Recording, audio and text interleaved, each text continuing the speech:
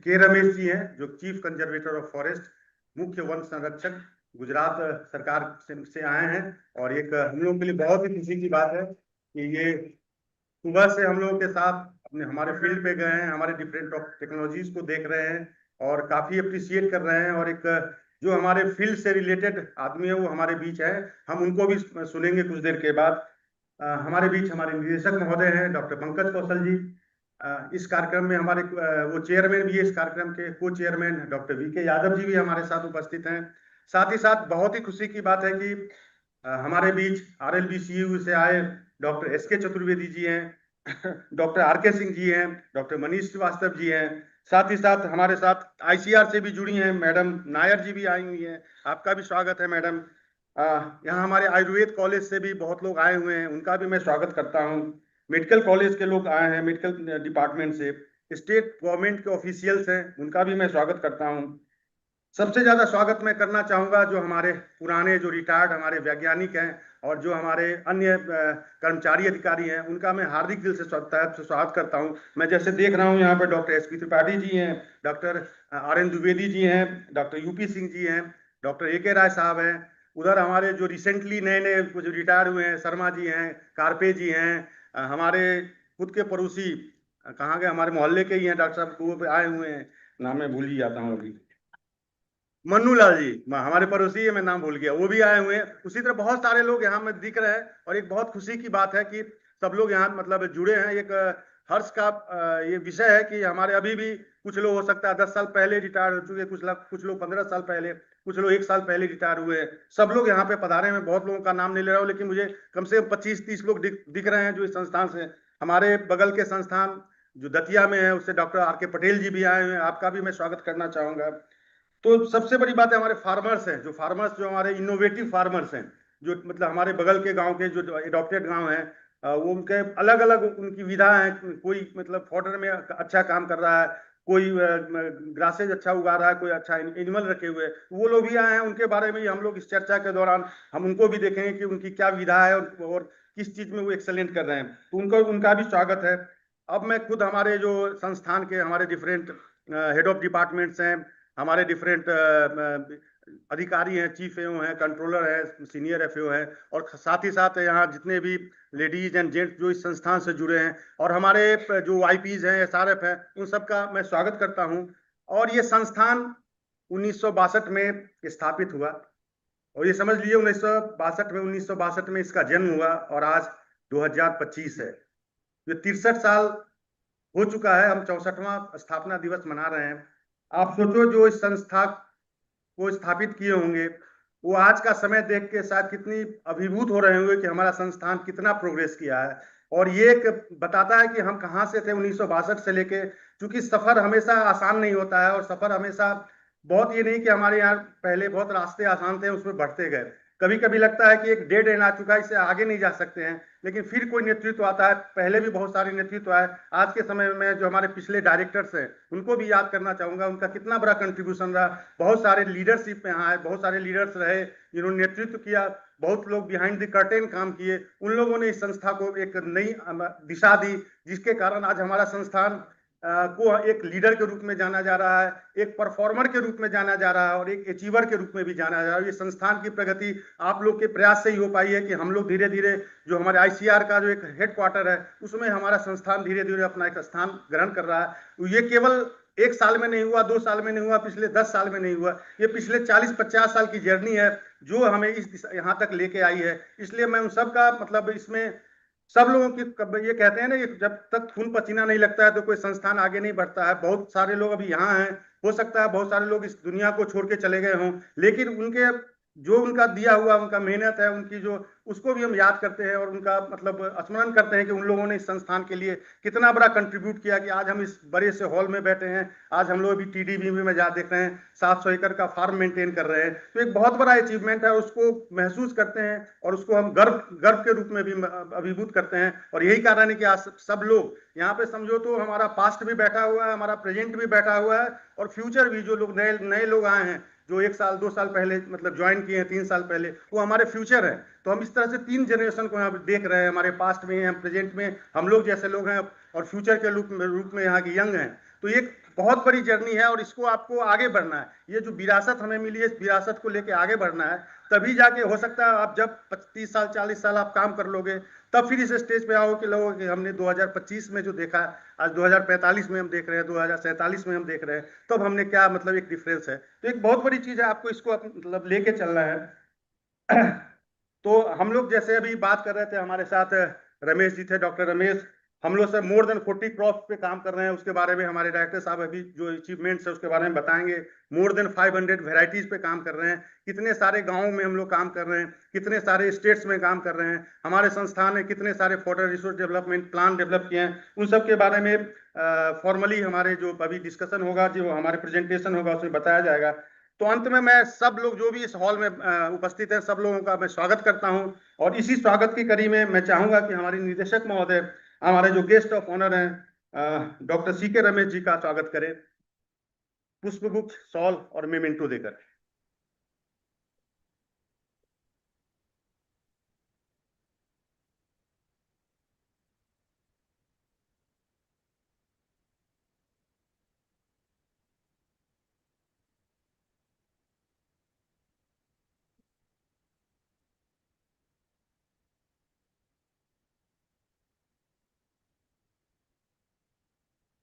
एक हमारी संस्थान की तरफ से एक स्पेशल भेंट हमारे रमेश साहब को दी जा रही है, जो एक फॉर्डर है, जो यहाँ से चल के गुजरात तक जाएगा।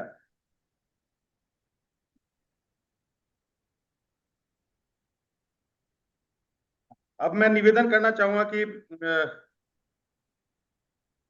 हमारे को चेयरमैन डॉक्टर विजय यादव जी हमारे निदेशक महोदय का स्वागत करें उस मुख से।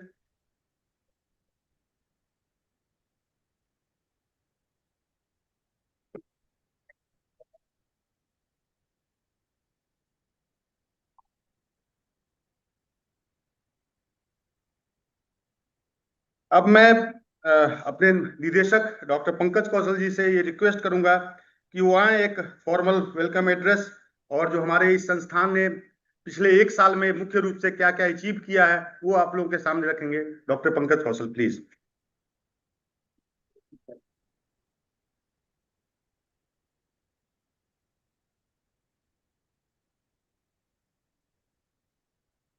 आप सबको मेरा नमस्कार। ऑनलाइन जुड़े हुए हमारे respected DDG crop science DK Yadav sir, आज के हमारे गेस्ट ऑफ ऑनर, और ग्रासलैंड के जो जनक हैं, ग्रासलैंड रिसर्च के दबड़गांव लेक्चर जो हमने शुरू किया था, उस लेक्चर को देने के लिए हमारे साथ आज गुजरात से सीसीएफ महोदय डॉक्टर के रमेश साथ हैं। मेरे colleagues doctor VK Yadav, doctor RV Kumar, हमारी सीनियर फैकल्टी, उसमें से जो हमारे काफ़ी सीनियर लोग हैं जो रिटायर हो चुके हैं, हमारी प्रेजेंट फैकल्टी, हमारे स्टेट गवर्नमेंट से आए हुए गेस्ट, झांसी के अलग अलग एजुकेशन, मेडिकल और स्टेट गवर्नमेंट के अथॉरिटीज़, हमारे संस्थान के रिटायर्ड पर्सनल्स, आईसीआर से आई हुई मैडम वीना, मेरे पूरा साथी और हमारे सीनियर्स, कलीग्स, और इसी ज़मीन पर शेयर करने वाली यूनिवर्सिटी के हमारे सीनियर अथॉरिटीज़, आप सबका बहुत बहुत स्वागत है। स्वागत हमारे एडमिनिस्ट्रेशन का, ऑडिट का और फार्मर्स का, हमारे स्टूडेंट्स का, आईजीएफआरआई के 64वें फाउंडेशन डे पर आप सबका भरपूर स्वागत है। आईजीएफआरआई आज अपने 64 साल में पदार्पण कर रहा है, और इसी के साथ जो एक नटशेल में हम बात करते हैं कि आईजीएफआरआई का कंट्रीब्यूशन वर्ल्ड में अपना अकेला है, जिसने ग्रासलैंड और फॉडर साथ साथ दोनों पे रिसर्च, डेवलपमेंट और एक्सटेंशन का काम किया है। समरी में जो अभी हमारी विजिट हुई टेक्नोलॉजी डेमोन्स्ट्रेशन ब्लॉक में, कृषि चारा प्रदर्शनी ब्लॉक में, उसमें हमारे गेस्ट ऑफ ऑनर साहब ने पूछा कि आपकी सबसे बड़ी हाईलाइट क्या है, बताते हुए फिर से मुझे सहर्ष लग रहा है कि जो फॉडर डेफिसिट पिछले 25 सालों में 50% से ज्यादा था, उस फॉडर डेफिसिट को हम कम करके 10 से 11% पर ले आए हैं आज। यही फॉडर डेफिसिट आगे आने वाले सालों में 5 से 8% तक लाने का हमारा लक्ष्य है, ताकि आजादी के अमृत महोत्सव में, अमृत काल में जब 2047 की बात करें, तब हमारा देश हमारे नारे की तरह ही कहे कि हाँ, हम चारा प्रगति की ओर अग्रसर हैं और India is towards fodder plus nation. इस पूरी जर्नी में फॉर्डर डेवलपमेंट वैरायटीज के साथ साथ, जो कि हमने करीब 40 क्रॉप में 450 हाई यील्डिंग वैरायटीज लगाई, ब्रीडिंग की, नोवल जीन्स डिस्कवरी करी, अलग अलग डिविजन्स में, जिसमें खास तौर पे क्रॉप प्रोडक्शन डिवीजन था, क्रॉप प्रोडक्शन टेक्नोलॉजी रही, हॉर्टिकल्चर सिस्टम रहा, सिल्वी पास्चर सिस्टम रहा, इंजीनियरिंग में डीफ्लफिंग, पैलेटिंग, इन विट्रो कंजर्वेशन रहा, प्लांट एनिमल रिलेशनशिप में साइलेज और मीथेन वाली सारी रिसर्च रही, सोशल साइंस में इंपैक्ट एनालिसिस रहा, आउटरीच प्रोग्राम्स रहे, और सबसे ऊपर जो grassland and Silvi pasture management रहा, उसकी जितनी रिसर्च रही, उसकी समग्र जो सक्सेस थी, वही हमारे सामने आज की तारीख में मौजूद है कि हम ये कह रहे हैं कि हम ना सिर्फ चारा बल्कि चारागाह की उन्नति में भी आगे बढ़े हुए हैं। सर, एक बड़ा इंटरेस्टिंग सा फिगर है कि we grow cultivated fodder in 9 million hectares, जबकि हमारे चारागाह जो हैं सर, वो 11.5 मिलियन हेक्टेयर में हैं। और ये जो चारागाह 11.5 मिलियन हेक्टेयर में है, ये इग्नोर्ड है, जबकि इसमें सबसे बड़ा पोटेंशियल छुपा हुआ है। इसी 11.5 मिलियन हेक्टेयर के बाद हमारे पास करीब 100 मिलियन हेक्टेयर जमीन ऐसी है जो कि अंडर यूटिलाइज्ड है। अंडर यूटिलाइज्ड होने का कारण कुछ स्ट्रेस टॉलरेंस है, वो जमीन सही नहीं है, या पानी सही नहीं है, या सैलिनिटी है, या ड्रॉट है, या हीट है, या फ्रॉस्ट है। तो ये जो 96 मिलियन हेक्टेयर है, 100 मिलियन हेक्टेयर है, ये हमारी ग्रासेस के लिए टारगेट है।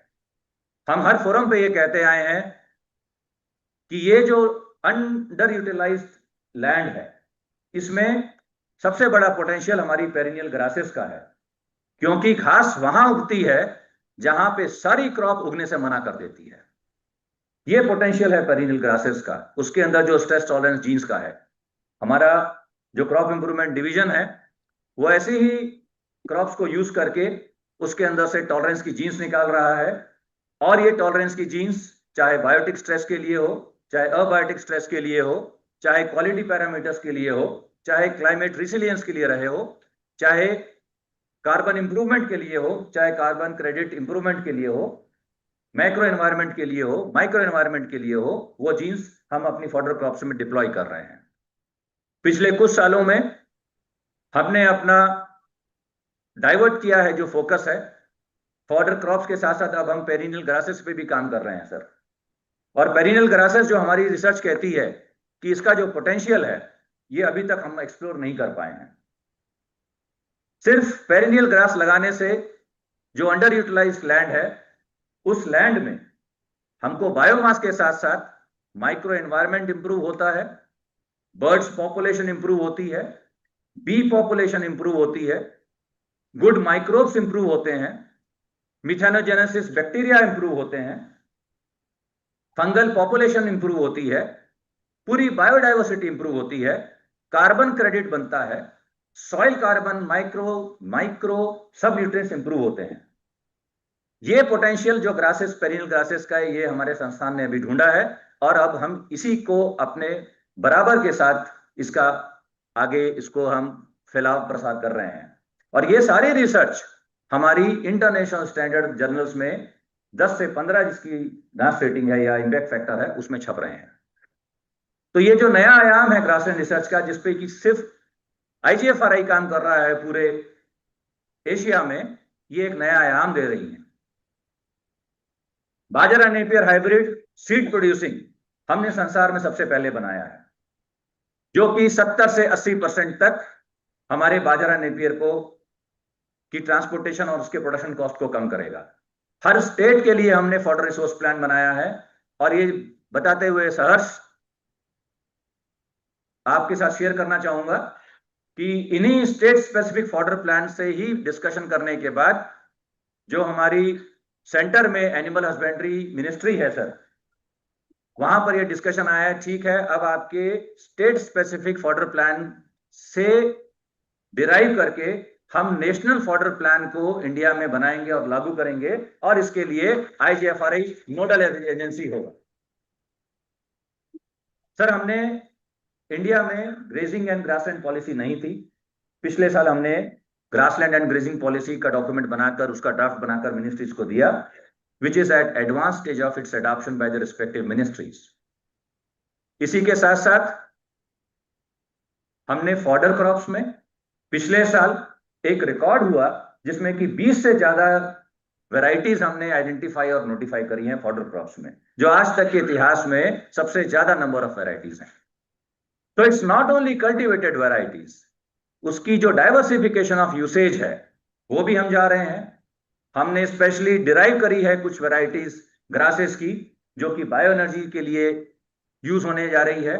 बड़े बड़े कॉर्पोरेट हाउस से हमारे साथ MOUs हो रहे हैं इस फीचर को इस्तेमाल करने के लिए।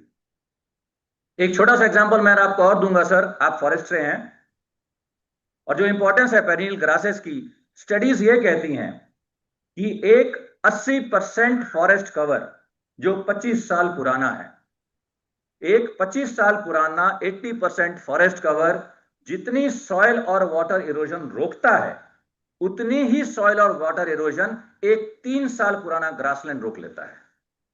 तो it's not only the forest land जो कंट्रीब्यूट करता है इकोलॉजिकल सस्टेनेबिलिटी के लिए, बल्कि जो छुपी हुई एक विधा है, एक सागर है पेरिनियल ग्रासेस का, उसको एक्सप्लोर करना है। और आप सबके साथ ये शेयर करते हुए बहुत अच्छा लग रहा है कि इस दिशा में हम शायद संसार में काम करने वाले पहले इंस्टीट्यूट बन गए हैं। ये सारी टेक्नोलॉजी हमारी अब रिस्पेक्टिव स्टेक होल्डर्स तक जा रही है, चाहे वो किसान हो, चाहे वो इंडस्ट्री हो, चाहे वो बड़े किसान हो, छोटे किसान हो, एनवायरमेंट मिनिस्ट्री हो, फॉरेस्ट मिनिस्ट्री हो, चाहे वो कॉर्पोरेट के घराने हो जो हमारी टेक्नोलॉजीज ले जा रहे हैं। ये ओवरऑल हमारी जर्नी रही है पिछले 62 सालों की, 63 सालों में, जिसमें कि इस हॉल में बैठा हुआ हर आदमी बराबर का भागीदार है।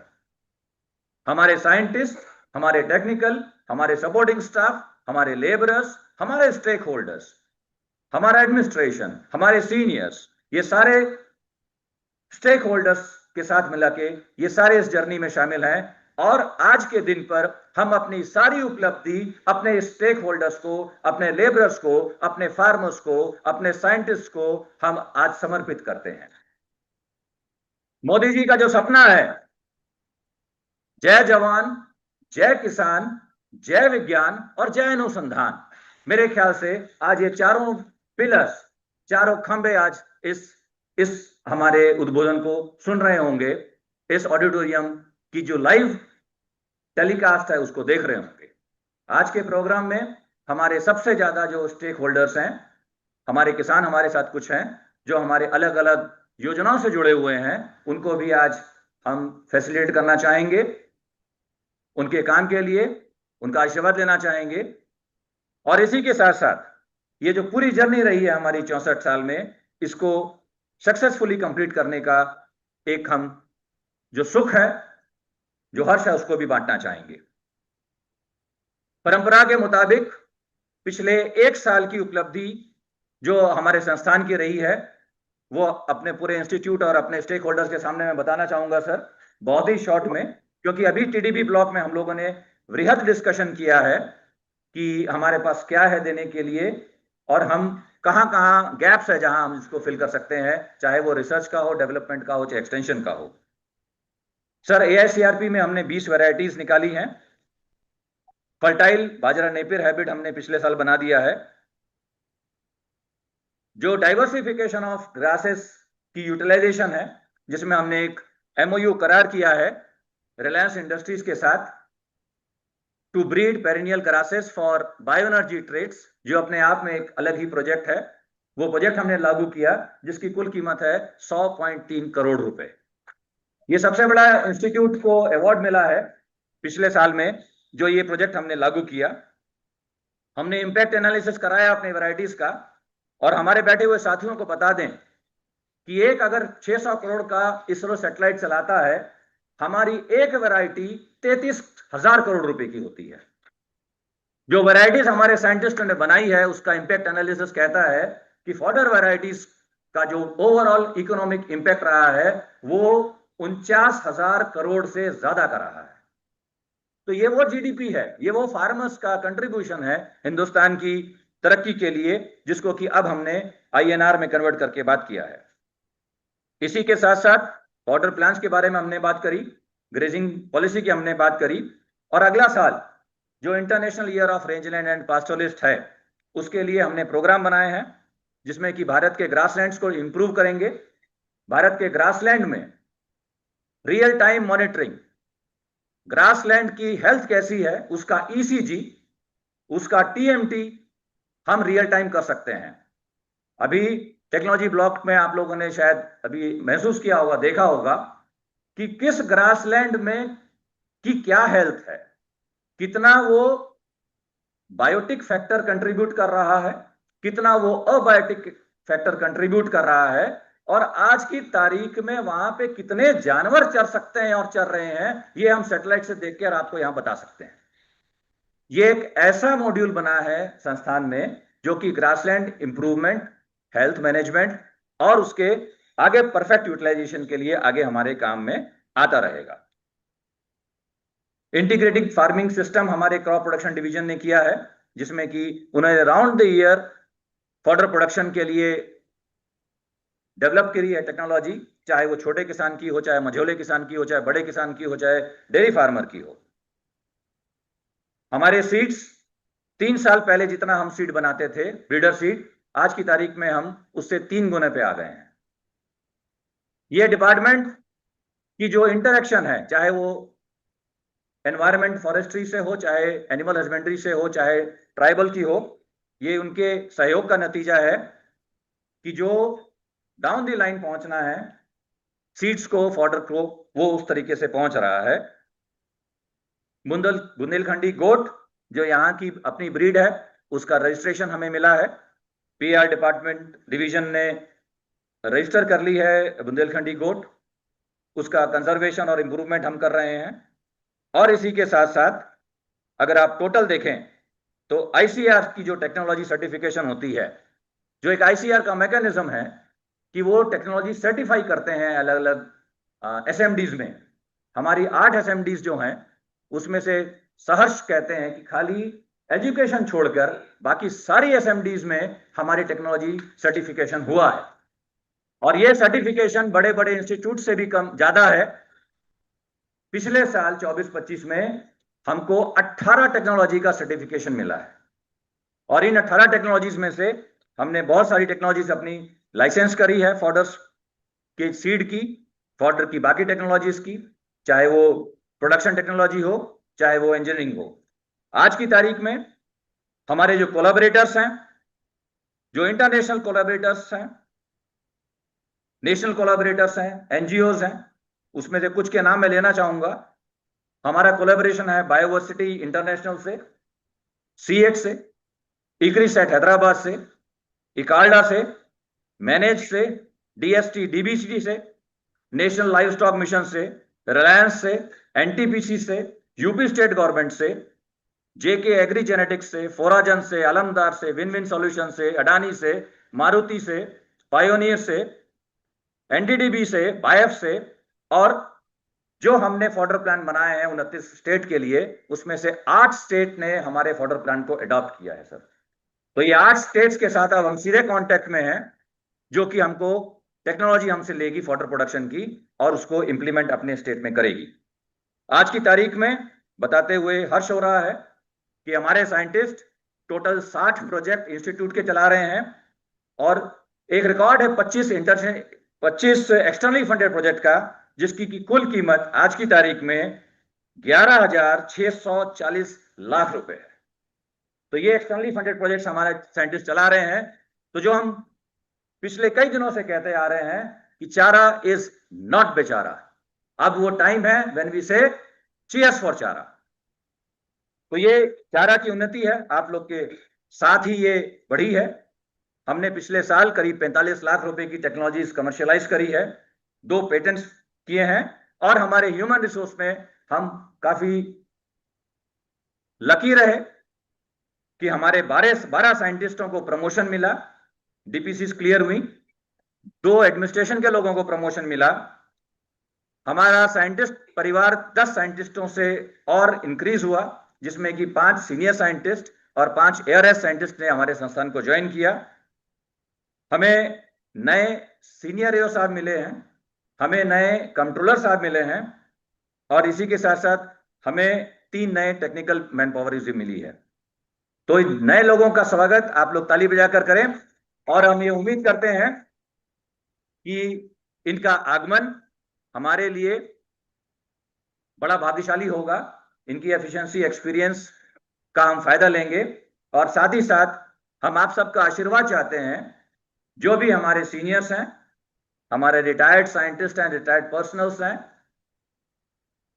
आरएलबीसी से आए हुए हमारे सीनियर और कलीग्स हैं, हमारे हेड्स हैं, और सबसे ऊपर हमारे फार्मर्स हैं, आप सबका आशीर्वाद इस संस्थान के लिए बना रहे, ताकि जो तरक्की हमने पिछले 64 सालों में करी है ये आगे और बढ़ता रहे, और हम फिर से अपने थीम को चरितार्थ करें कि fodder plus India, IGFRI towards the journey for fodder plus India. नमस्कार, जय हिंद।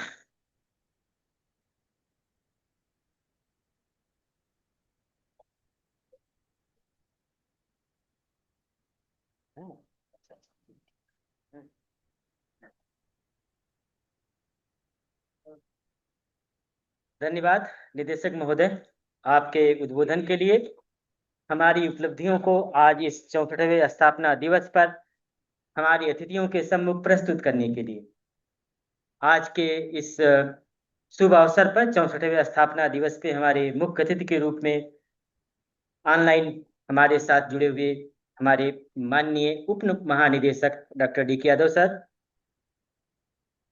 डॉक्टर रमेश सर, हमारे आज के दबड़गांव मेमोरियल लेक्चर के वक्ता, और यहाँ पर उपस्थित हमारे गेस्ट ऑफ ऑनर के रूप में उपस्थित। इस अवसर पर ये प्रथा है कि हम अपने बहुत सारे जो हमारे अधिकारी कर्मचारी जो वैज्ञानिक गण हैं उनको पुरस्कृत करते हैं उनके कार्य के लिए, और कुछ एक जो हमारे पब्लिकेशंस होते हैं उनको भी अपनी अतिथियों के जरिए हम उनको विमोचन कराते हैं। अब बेला है 2 पब्लिकेशंस को आज यहाँ पर अतिथियों के सम्मुख विमोचित करने के लिए, प्रस्तुत करने के लिए। पहला पब्लिकेशन है sustainable agroforestry intervention for diversification and environmental amelioration. This has been published by our regional station Srinagar. Authors are Dr. Suhail Ahmad, Siraj Salim Bhatt, Najim Ahmed Mir, Atufa Raghu, Arun Kumar Shukla, and Rais Ahmad Shah. May I request to have those publications to be released by your guest of.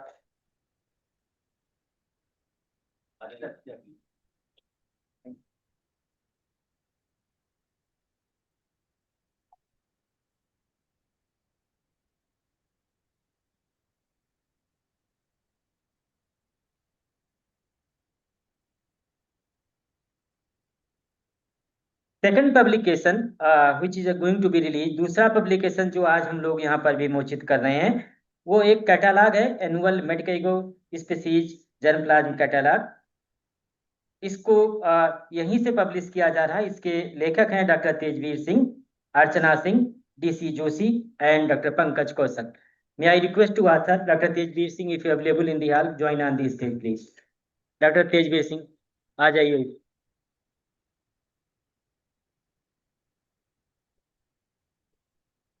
आ जाओ।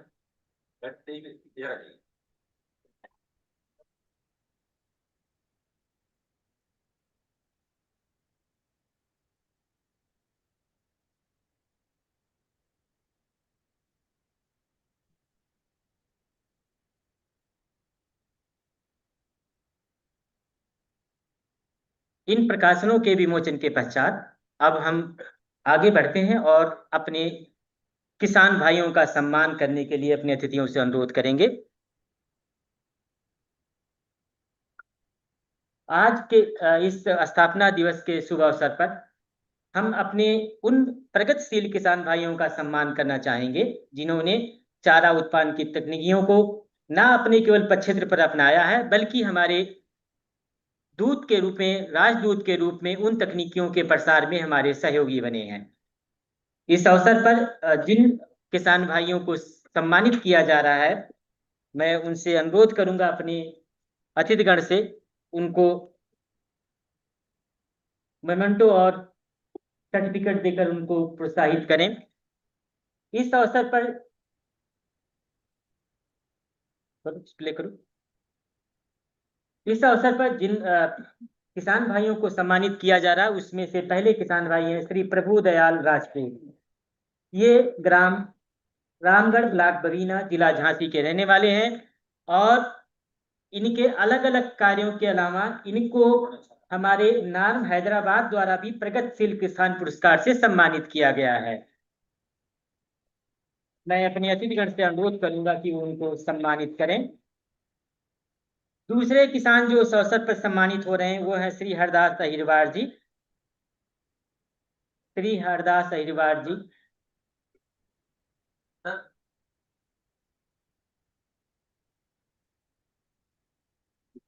श्री हरदास अहिरवार जी ये ग्राम Badgarh block बड़ा गांव, जिला झांसी के रहने वाले हैं।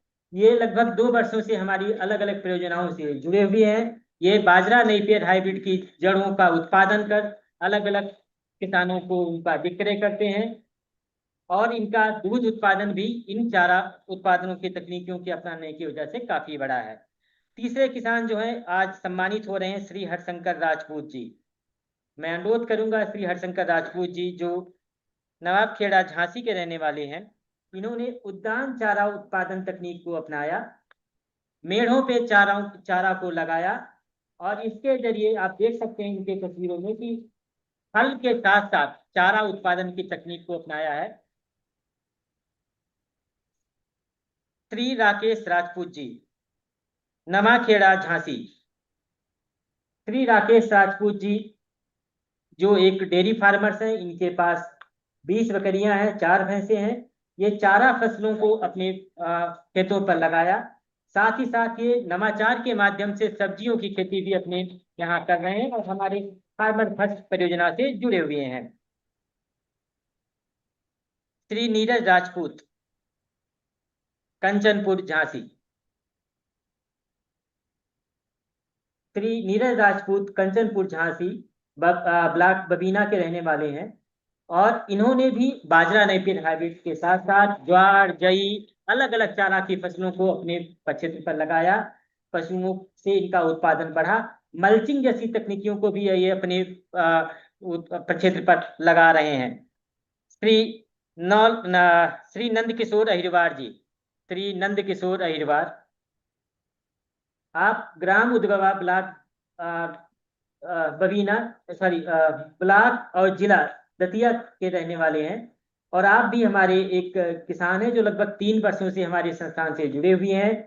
संस्थान के द्वारा रबी और जो खरीफ के चारा फसलें उनके बीज उत्पादन के हमारे सहयोगी हैं। अगले किसान है श्री राजेश दुबे जी। श्री राजेश दुबे जी जो ग्राम ढिकौली झांसी के रहने वाले हैं, इन्होंने अपने प्रक्षेत्र पर इंटीग्रेटेड फार्मिंग सिस्टम जो live stock based integrated farming system है उनको लगाया है और ये बाजरा नेपियर हाइब्रिड, बरसीन जैसी जो अलग अलग चारा फसलें उनकी खेती करते हैं और साथ साथ दूध उत्पादन से जुड़े हुए हैं। दूसरे किसान है श्री राम नरेश रजक जी। श्री राम नरेश रजक जी, ग्राम बिरगुआ झांसी। ये भी बाजरा नेपियर हाइब्रिड के साथ साथ नस्ल सुधार और जैसे हमारे जो भैंस का जो हमारी भदावरी परियोजना है उसके साथ भी आप जुड़े हुए हैं। हमारी दूसरे जो महिला किसान है श्रीमती प्रियंका अहिरवार जी, ग्राम पालिंदा झांसी। श्रीमती प्रियंका अहिरवार जी बाजरा नेपियर के जड़ों का उत्पादन, भदावरी भैंस के संरक्षण में अपना योगदान और गोबर गैस जैसे नवाचार के माध्यम से आप जुड़ी हुई हैं। संस्थान को आपको सम्मानित करते हुए गर्व का अनुभव हो रहा है। दूसरे जो किसान है हमारे अगले श्री महेंद्र राजपूत जी। श्री महेंद्र राजपूत जी, ग्राम कंचनपुर झांसी। आपने भी बाजरा नेपियर हाइब्रिड का उत्पादन अपने प्रक्षेत्र पर ले रहे हैं, किसानों को प्रोत्साहित कर रहे हैं। उसके उत्पादन के लिए जई बीज का उत्पादन भी आपने किया है। श्री महेंद्र राजपूत, कंचनपुर झांसी। अगले किसान हैं श्री लक्ष्मी नारायण तिवारी जी, ग्राम पालिंदा झांसी। आप हमारे जो पार्टिसिपेटरी सीड प्रोडक्शन है उनके ये किसान हैं और जई बीज उत्पादन में आप सहभागी हैं, श्री लक्ष्मी नारायण तिवारी जी। अगले किसान है श्री दीपक पुरोहित। श्री दीपक पुरोहित, श्री दीपक पुरोहित, ग्राम कड़ेसरा, जिला ललितपुर। जई बीज उत्पादन में हमारे पार्टिसिपेटरी सीड प्रोडक्शन के हमारे सहभागी हैं। आप ग्राम कड़ेसरा, जिला ललितपुर से जुड़े हुए हैं। श्री विजेंद्र प्रताप सिंह, ग्राम कड़ेसरा, जिला ललितपुर। श्री विजेंद्र प्रताप सिंह अगले हमारे किसान हैं, श्री विजेंद्र प्रताप सिंह।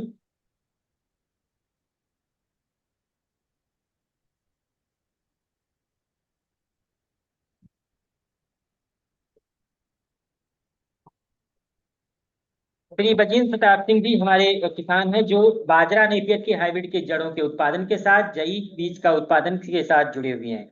इस अवसर पर हम 2 इंटरप्रेन्योर्स को भी सम्मानित कर रहे हैं जो हमारे ABIC agri business incubation centre के साथ जुड़े हुए हैं। पहले इसके स्टार्टअप है जो है प्लांटीवार न्यूट्रिएंट्स एंड सीड्स। इसके जो MD हैं श्री सौम्य अग्रवाल जी। मैं अनुरोध करूंगा श्री सौम्य अग्रवाल जी से मंच पर आए। ये एक यंग इंटरप्रेन्योर्स हैं, इनको आज यहाँ सम्मानित करते हुए हमें गर्व का महसूस हो रहा है। आप जो अलग अलग जो चारा बीज उत्पादन, इसके साथ साथ दूसरे जो जैविक उत्पाद हैं उसके साथ आप जुड़े हुए हैं। अगले जो हमारे एविक के जो इंटरप्रेन्योर हैं वो है श्री गौरव गुप्ता जी। श्री गौरव गुप्ता जी, आप एक्सीड डिजिटल एक कंपनी है जो झांसी में स्थापित है, ये साइलेज उत्पादन के साथ जुड़े हुए हैं और ये अच्छा लगा कि झांसी से कोई इंटरप्रेन्योर जो साइलेज उत्पादन कर रहा है और अलग अलग प्रदेश में और देश में जगह जगह भेज रहा है। तो ये श्री विजय गौरव गुप्ता जी थे। नेक्स्ट, इसके साथ साथ इस अवसर पर हम अपने संस्थान के अधिकारियों कर्मचारियों को भी सम्मानित कर रहे हैं उनके कंट्रीब्यूशन के लिए, आउटस्टैंडिंग परफॉर्मेंस के लिए और रिकॉग्निशन दे रहे हैं उन टेक्नोलॉजीज को जो यहाँ पर विकसित हुई है 2024-25 में।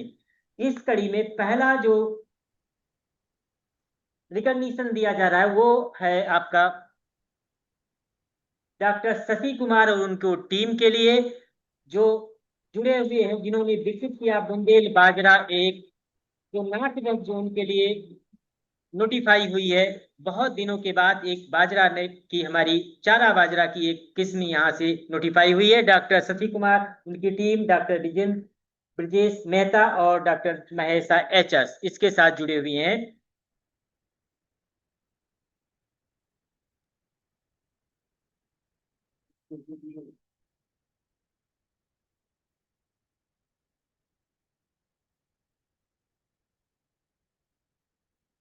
इस कड़ी में दूसरी जो प्रजाति है हमारी वो है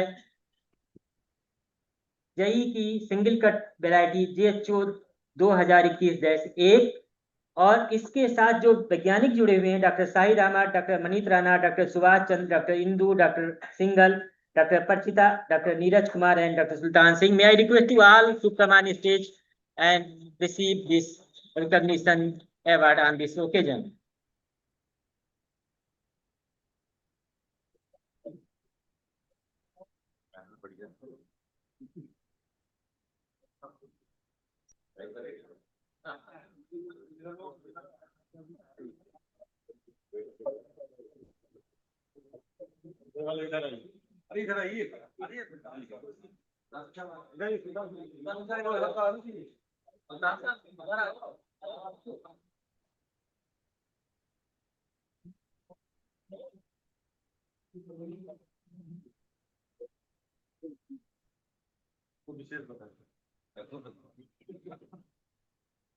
हमारे संस्थान के द्वारा काफी दिनों से लूसन की बरसीम की बहुत सारी प्रजातियां विकसित हुई हैं। और इस कड़ी में जो पिछले साल जो हमें एक बरसीम की प्रजाति हमारी नोटिफाई हुई है, वो है बुंदेल बरसीम 9। और इसके जो ब्रीडर्स हैं doctor Tejveer Singh, doctor Radha Krishna, doctor Mahesha H S, doctor S R Katwa, R P Saini, Seva Nayak और Ritu. May I request the team to join on the stage to receive this recognition certificate and the award. और मैं बताना चाहूंगा, ये पिछले 3 सालों में 7वीं वैरायटी है बरसीम की जो हमारी टीम ने डेवलप किया है। एक बीच में जो बरसीम के लिए काफी कहा जाता था कि नई किस्में नहीं आ रही हैं, तो 7वीं वैरायटी है।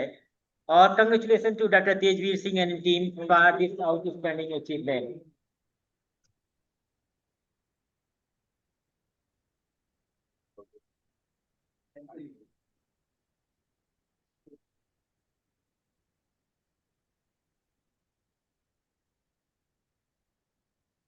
Sir, during the 24-25, we have made outstanding achievement in terms of the releasing 2 varieties of the Lucerne. Lucerne की varieties हमारे इंस्टीट्यूट से नहीं आ रही थी, और 2024-25 इसमें एक ब्रेक थ्रू हुआ। और पहली वैरायटी जो हम लोगों ने नोटिफाई किया, that was IGFRI DL2 for the whole of the north west zone, including the Punjab, Haryana, Rajasthan and the part of the western Uttar Pradesh. और ये हमारे धारवाड़ स्टेशन ने किया। और इसके लीड डेवलपर थे doctor Sridhar, doctor Karthikeyan, doctor Sultan Singh, doctor Kulkarni, doctor Nandini, doctor एनकेसा and doctor Bhardwaj. May I request to doctor Sultan Singh to come on stage and receive this certificate on the behalf of the team. Congratulations to Dr. Sridhar and team who have made this outstanding achievement. The second variety in this field is another Lucerne variety by the same team, and that was the IGFRI DL5. And this variety was notified for the cultivation in the state of the Karnataka. And the team involved was Dr. Sridhar, Dr. Karthikeyan, Dr. Sultan Singh, Dr. Kulkarni, and Dr. Edna Antony from our Southern Regional Research Station, Dharwad.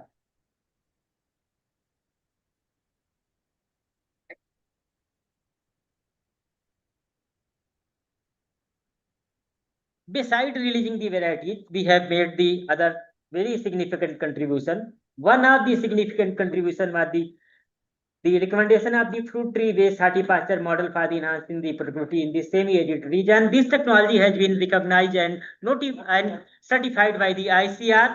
And जो team ने develop किया, doctor Sunil Kumar, doctor AK Shukla, doctor Abhijit Ghosh, doctor Amit Singh, doctor Ramesh Singh, doctor Manjan Gowda and doctor Kamini.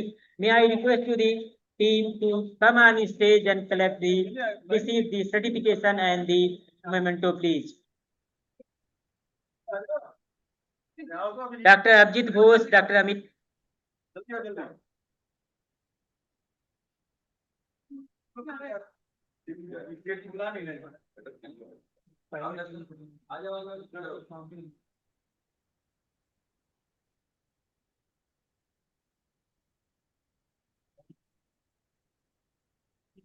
Sir, इसके अलावा हम लोगों ने 2024-25 में हमारी जो टेम्परेट फॉरेस्ट था उसको हम के लिए सीड स्टैंडर्ड हम लोगों ने डेवलप किया। और first stage we have taken 5 crops, that was the tall fescue, orchard grass, bromus grass, red clover and rye grass. This work has been done by our colleague Dr. Sunil Swami, Dr. Sanjay Kumar, Dr. HM Halli and Dr. Suhail Ahmad, and including me. So I feel proud to be receive this award, this recognition on the behalf of our team.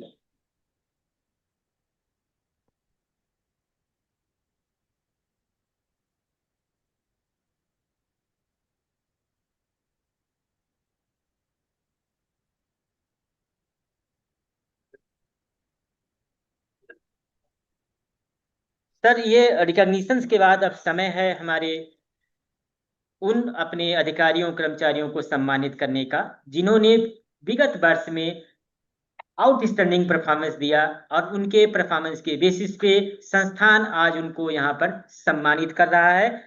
इस कड़ी में पहले हमारे साथी हैं श्री उमा शंकर सिंह, जो अपर divisional clerk हैं हमारे एडमिनिस्ट्रेशन की तरफ से। आज उनको सम्मानित करते हुए हमें गर्व अनुभव हो रहा है। अभी आप जो स्टोर फिजिकल यूनिट में वहां पर काम कर रहे हैं, आपने संस्थान 1993 में ज्वाइन किया और लगभग आपने 32 से 33 वर्ष की सेवाएं संस्थान को दे चुके हैं। और आप एक आउटस्टैंडिंग प्लेयर है कबड्डी के, वॉलीबॉल के, और represented institute in the zonal और inter zonal events of the ICR। Uma Shankar ji को हमारे अतिथिगण सम्मानित कर रहे हैं।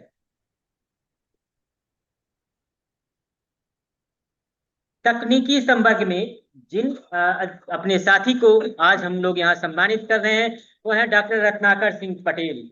और विशेष रूप से हमें गर्व और अनुभव हो रहा है कि ये हमारे साथी हैं जो अभी वर्तमान में PC यूनिट में ICAR-IGFRI फॉरेस्ट क्राफ्ट में काम कर रहे हैं।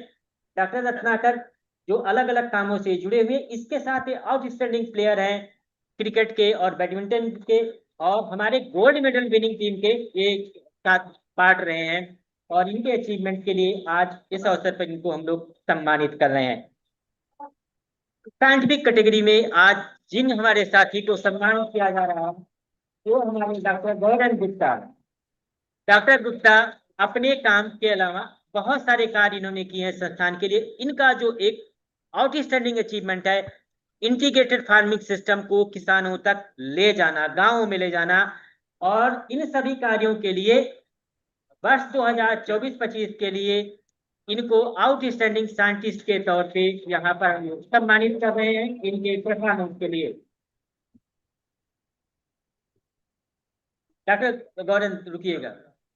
इसके अलावा जो बेस्ट रिसर्च पेपर के तौर पे जिनको आज हम लोग सम्मानित कर रहे हैं, वो भी इनकी टीम ने पब्लिश किया है, और वो पब्लिश हुआ है आपका फार्मिंग सिस्टम में, और उसकी नास रेटिंग है 14.4, यानी impact factor 8.4, and this was 12 member team who has been involved. And may I request to the authors who are available here to receive the award, Dr. Palsania, Dr. Chaudhary, Dr. Samir Barman, Dr. Mukesh, and Dr. Patel, Dr. S.K. Singh, Dr. Sadhna Pandey, Dr. Khemchand, and Manju Suman, whoever there, please join on the stage to receive this recognition, please. ये बहुत अच्छा paper है। Paper का title था livelihood and energy carbon dynamics and live stock based integrated farming system assessment and implication for the sustainable farming.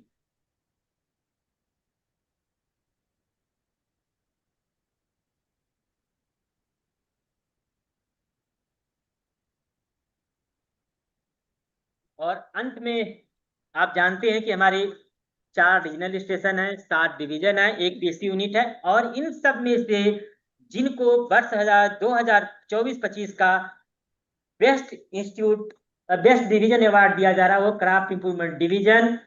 May I request to the doctor Shahid Ahmad and his team to receive this recognition at the stage. इनके contribution जो थे पिछले वर्ष में, इन्होंने 3 variety इनकी notify हुई है। इसके अलावा एक्सटर्नली फंडेड प्रोजेक्ट अभी डिवीजन में 13 है। इसके अलावा मेन अचीवमेंट जो है रिलायंस का जो प्रोजेक्ट हम लोगों ने लिया लगभग 110 करोड़ का।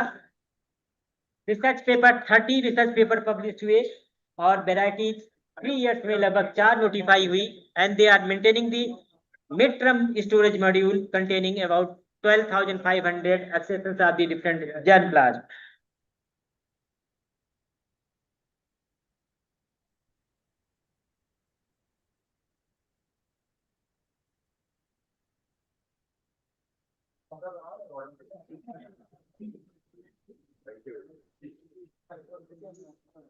Thank you, sir. Please have your seats, please. Thank you for our guests to giving the awards and the felicitating to our different awardees.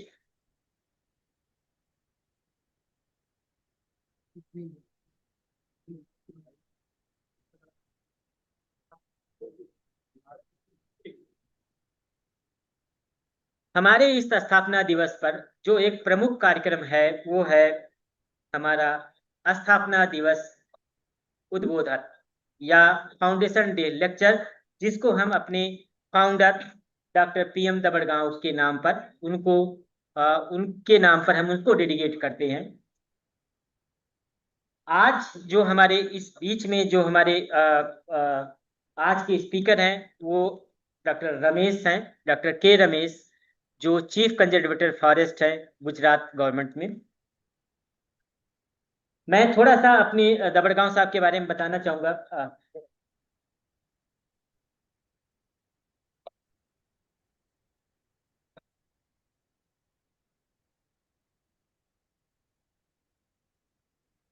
Sir, we all know that the PM Dabadgaon was the founder director of this institute,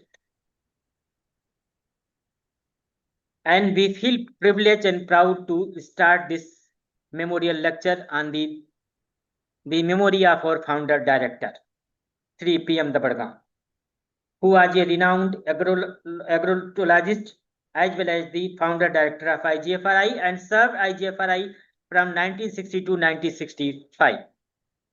He was well known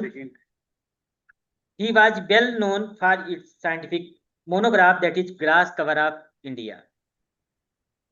A base information about the various grass species available in India as well as types of the grass cover spread over various regions of the states of the India.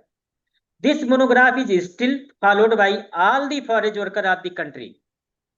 The memorial lecture is initiated to educate the fodder workers by providing them a opportunity to hear to eminent lifetime workers related to the fodder and agroforestry. And this is the second PM Dabadgaon Memorial Lecture in this series, and we are privileged and proud to have our speaker, Dr. K. Ramesh. Dr. K. Ramesh, we all know that he is serving as the Chief Conservator of Forest. Before I request to him to come on for his lecture, in just a brief, I would like to introduce our today's speaker, who is going to speak on the topic Unique Grasslands Management by Gujarat Forest Department. We all know that if you talk about the grasslands, example grassland, if you want to visit, that is you will find in the Gujarat.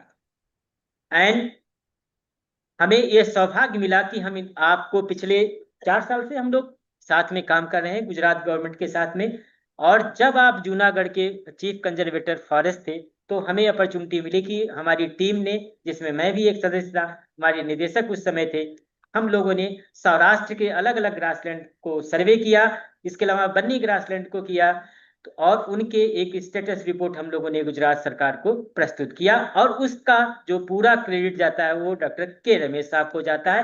इनके initiative पे हम लोगों ने visit किया था। Doctor K Ramesh is presently as chief conservator of forest at Ahmedabad. He was previously as the Chief Conservator of Forest at Junagadh, Additional Secretary of Forest and Environment Department of Government of India, Principal Gujarat Forest Range College as Rajpala, and DCF Sabarkantha Forest Division, DCF Gir Forest Division, DCF Sabarkantha Forest Division, SCF that Dang North Forest Division. If you go by his educational background, he is among us. He is alumni of Indian Agriculture Research Institute, Indian Agriculture Research Institute, New Delhi. He is PhD in entomology. He did his MSc in entomology from the IRI New Delhi and BSc in agriculture from the Odisha University of Agriculture and Technology from the OUT. His hobbies are the cycling, music, and reading. And he is widely traveled man. He has visited to different part of the country. He has been associated with as a advisory board of the different grasslands and of the different grassland related activities of the different states of the country. So we feel privileged to request to our today's speaker, Dr. K. Ramesh, to speak on the topic that the grassland management in the state of the Gujarat. May I request to Dr. Ramesh to present his second Dabadgaon Memorial Lecture on this occasion, please.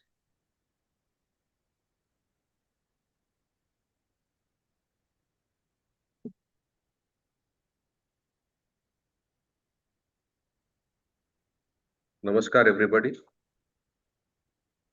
Honorable Chief Guest of today's function, Dr. D.K. Yadav, DDG Crop Science.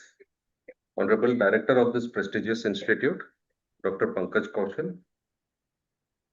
The senior most scientists on the stage, Dr. Vijay K. Yadav, Dr. R.V. Kumar. All the retired and serving scientists sitting here among the audience, the farmer community, friends from the media, and also all the participants who are joined online. Namaskar to everybody. This lecture is in memory of Dr. P.M. Dabadkar. The lecture is definitely dedicated to him. In fact, the morning when we visited the institute, the kind of work which is being done right now is something phenomenal, breaking the barriers, making teams, vertical silos, collaborating together, thinking out of the box, using, in fact, I was surprised to see the kind of machine learning AI components also integrated into this prediction models and all that. So to the institute, which was founded way back in 1962 by Dr. Dabadkar, till today, you people have come a long way. So congratulations to everybody on the foundation day of the institute. I also dedicate this presentation to the officers and staff and the daily wages, the villagers and all the stakeholders of Gujarat who helped in maintaining the grasslands the way they are today. So I start my presentation. You can conclude, sir, right here.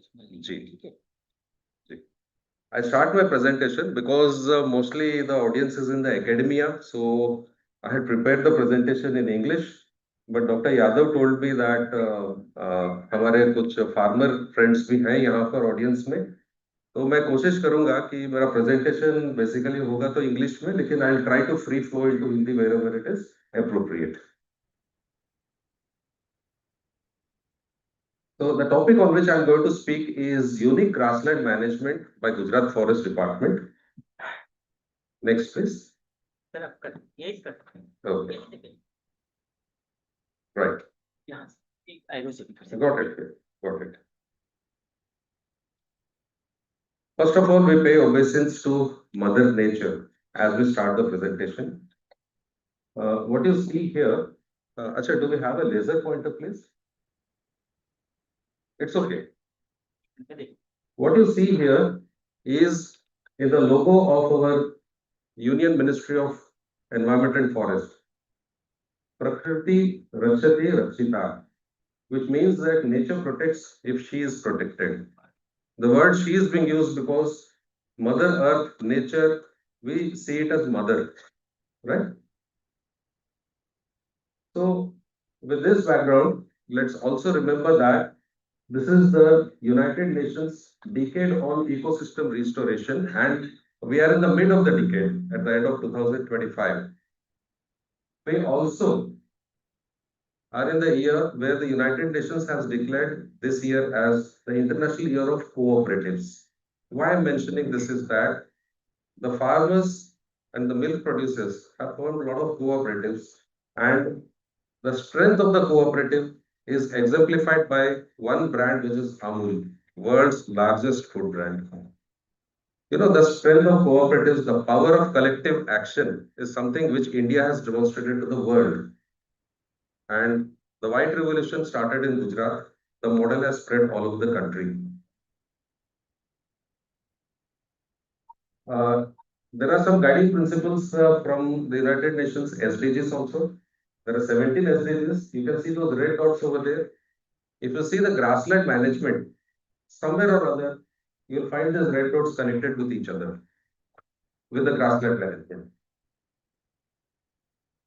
Go to the next slide, please. Okay. Yeah. Now, if you see the map of Gujarat here, you see there is that purple color you have the southern part of Gujarat where the Western Ghats ends. Gujarat has a very unique geography, very unique ecology. Many of you might have visited and experienced it. The Dang district is where the Western Ghats end. The Narmada district is where. Okay, I can manage that, no problem.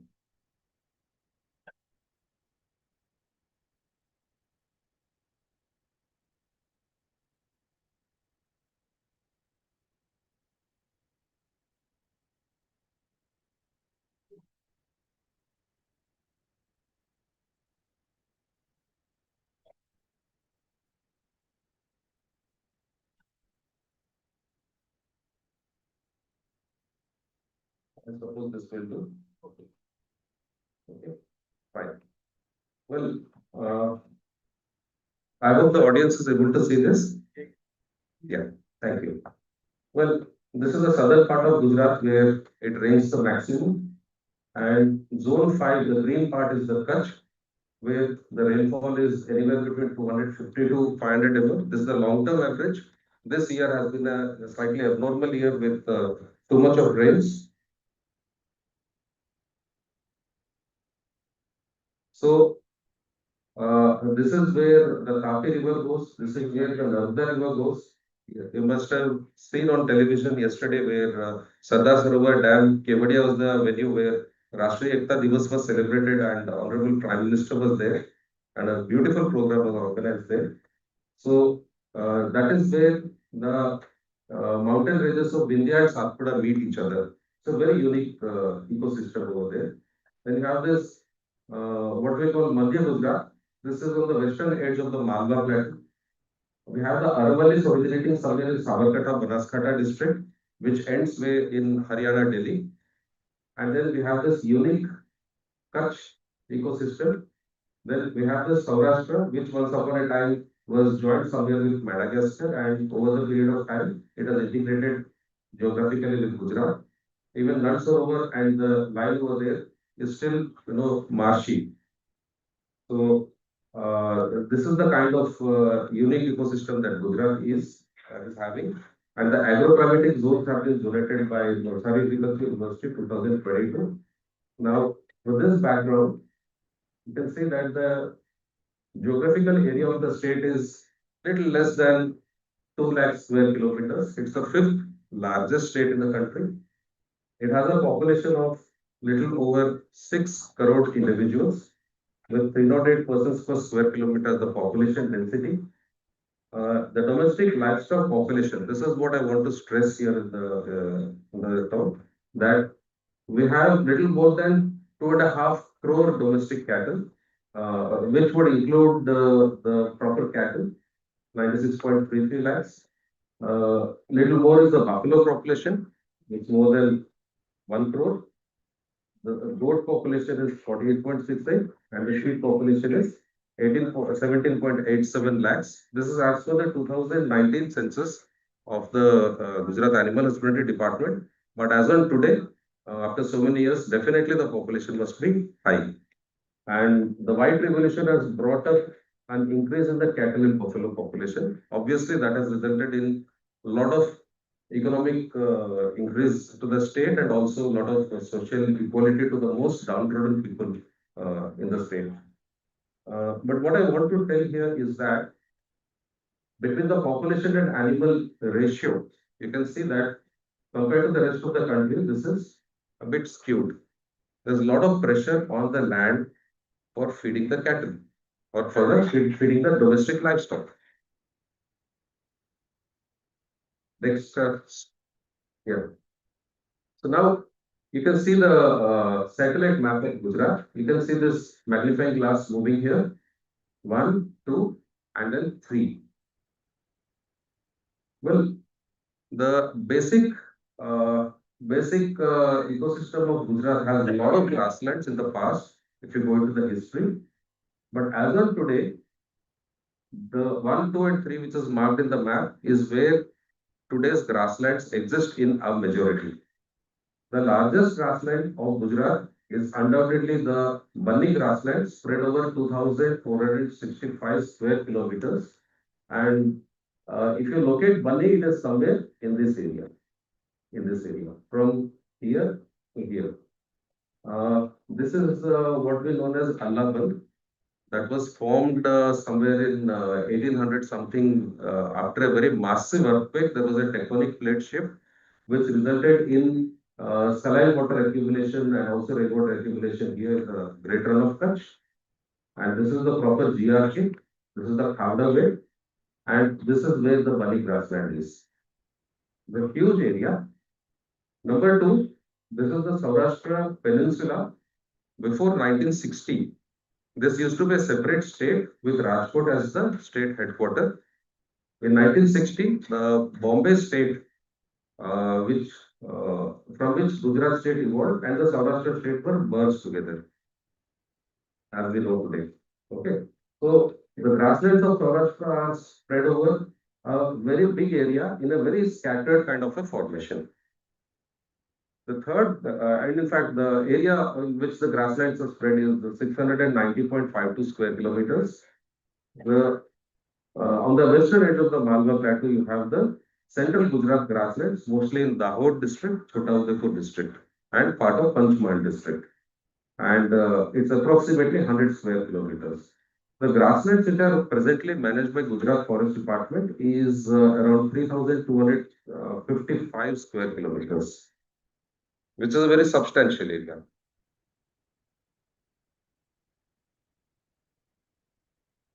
In fact, I have a small correction here. Around 200 species of grass are found in Gujarat grasslands, 280 something. Okay, so as per the Chaudhary and Murthy classification, mostly you find the Dichanthium centurus lacerius type of grassland and also partly Tehima Dichanthium type of grassland. This is a macro classification, but if you go into details, I'll come to one of the slides where Dr. Rajan Jadhav had done research. He has found that there are further classifications involved here. There was a study wherein the major genera found in Gujarat was clustered into Aristedia, Anthraxon, Symbopogon, Digitaria, Eragrostis, Ischimon, and Palicum.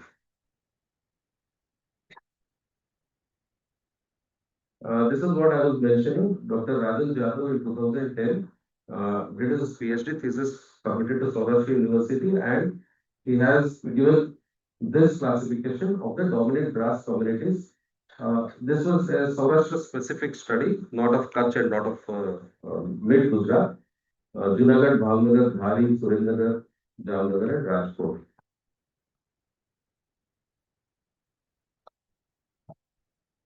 The word VD I will be using in the presentation, which is equivalent to grasslands. Okay, this is a local word which is used in Saurashtra. Now, there are a lot of private VDs and there are government grasslands. Private VDs are some part of Gauchar. Many trusts manage VDs.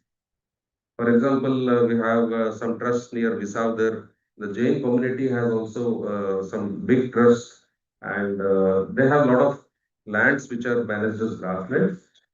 And you know that India is an amalgamation of not only the British India, but a lot of the erstwhile princely states. So this particular part of the country had a lot of princely states, what we call a Rajwada in the local language. So every Rajwada had its own hunting grounds and its own grass areas. So some of the erstwhile princely estates are also still managed as grasslands. Some religious bodies also manage grasslands.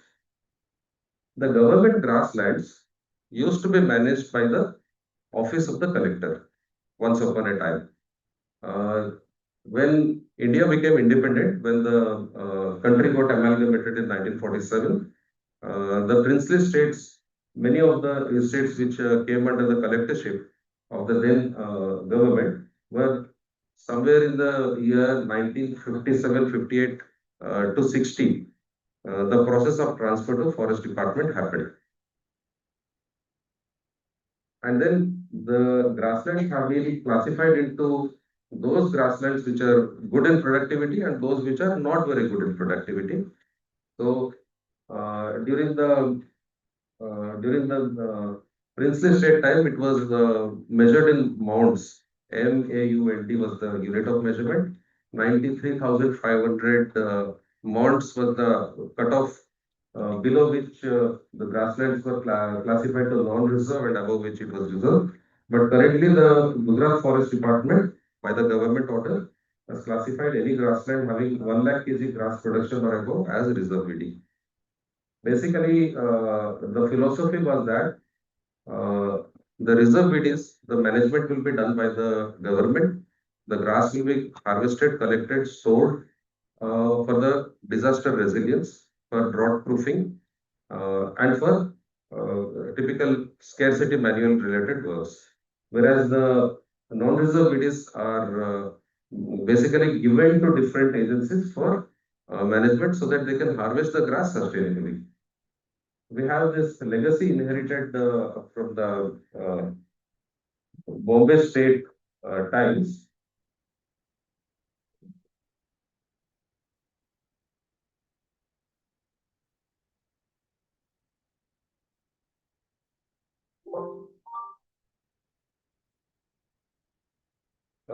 Can I get the help of the operator, please? If you can open the folder, there's a PDF file. इसको escape करते हैं. PDF file है Yeah. I'm just opening it. Is it being projected online also? The Zoom?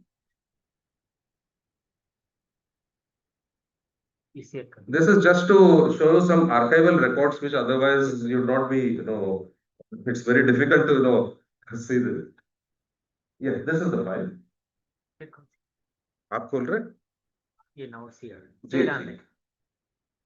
You see, this is how the grasslands were managed way back in 1958. The language is Gujarati, but then I can just help you out. This is 1958-59. These are permanent files, and the then government resolutions used to be written by hand in running, in ink.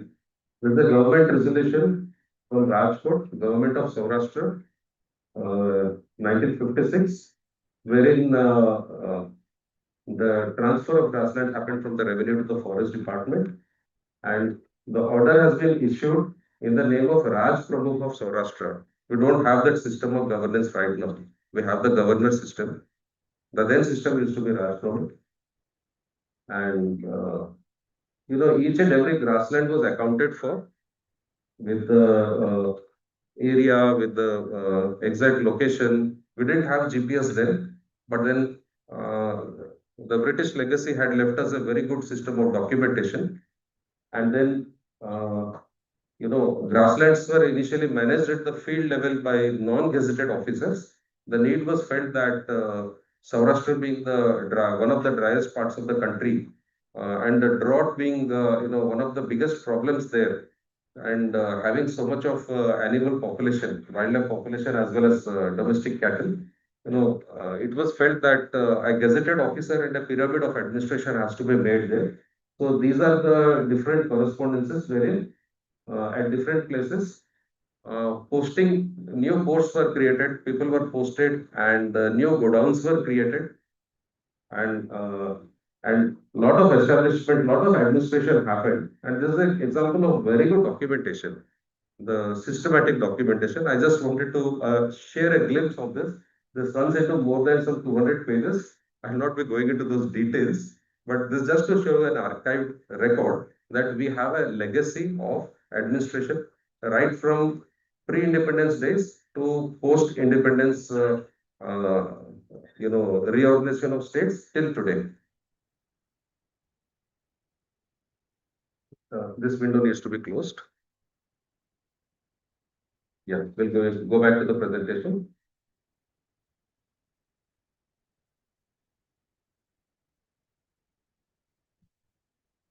Yes, please. full screen. Yeah. In fact, my presentation will be followed by a very short film wherein you have a lot of visuals and a proper narrative also.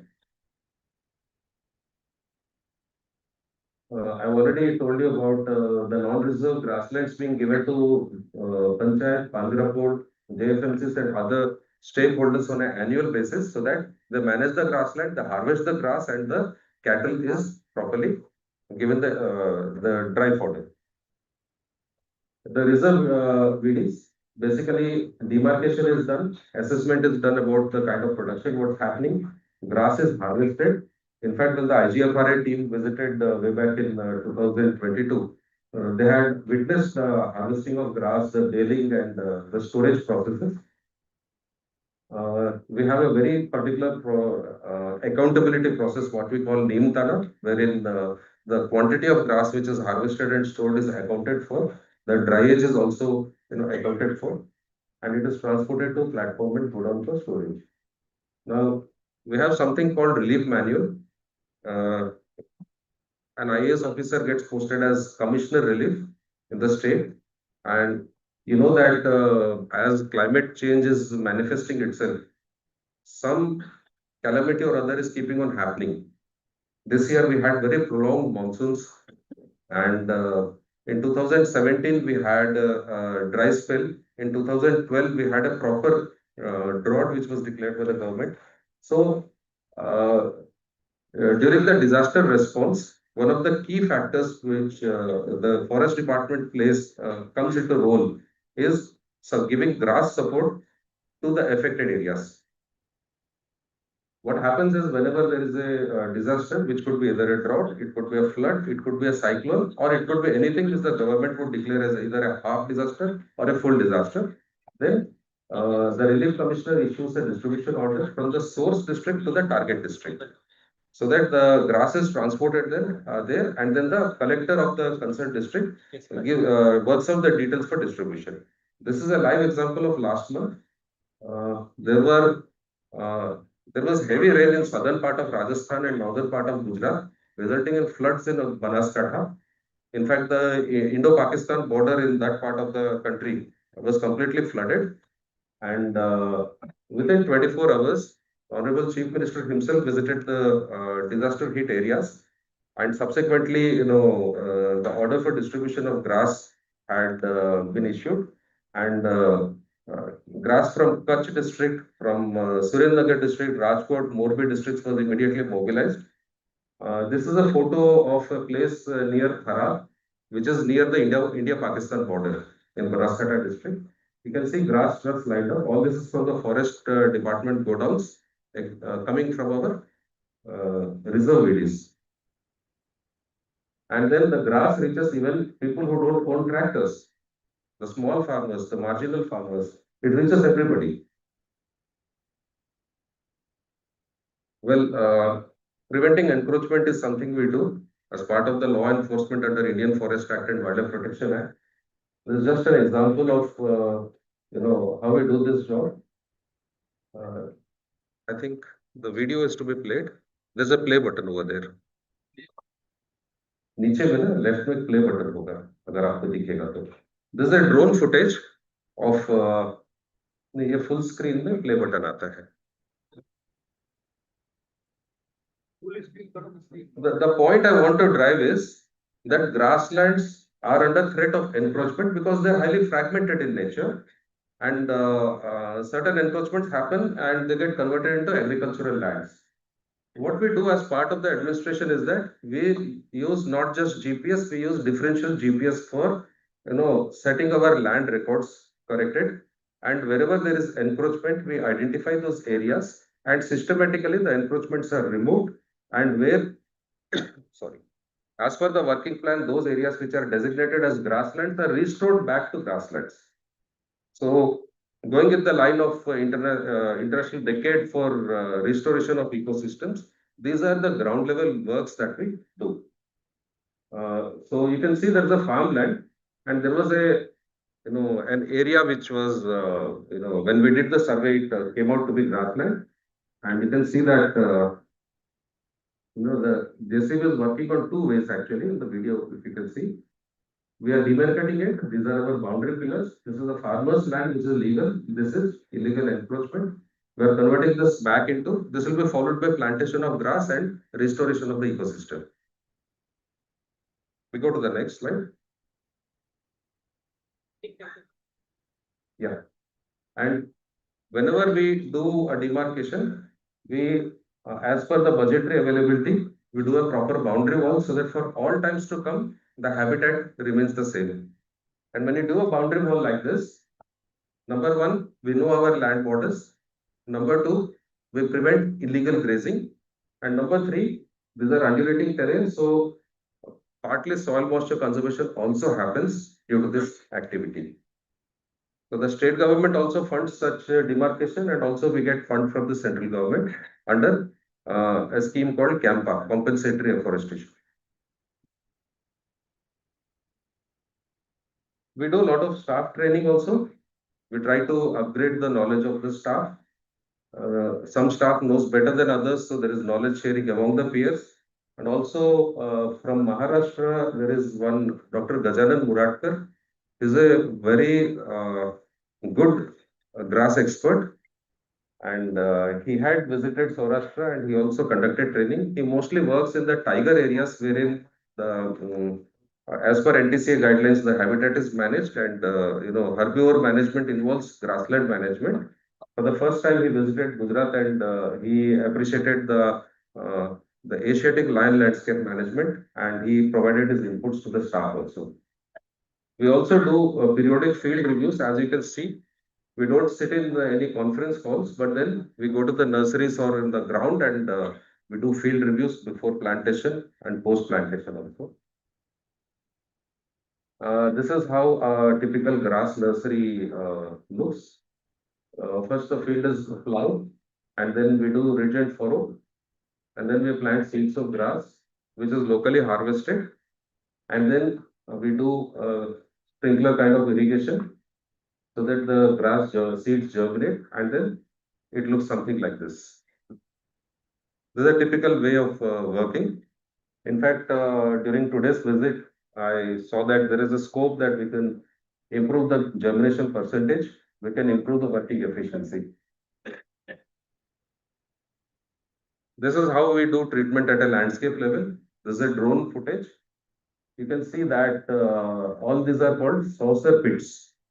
For grass, we do a 15 centimeter pits, and then they are dug in such a way that it develops into what we call in Gujarati a proper thumda, means a proper group of tillers. Okay, but at the same time, we take care of the slopes, and then we do contours. And along the contours also, grass seeds are planted. And the contours are designed in such a way that they catch the rainwater and erosion doesn't happen. And you can see contours here, and you can see proper cement concrete check walls here, and down below there will be also check dams.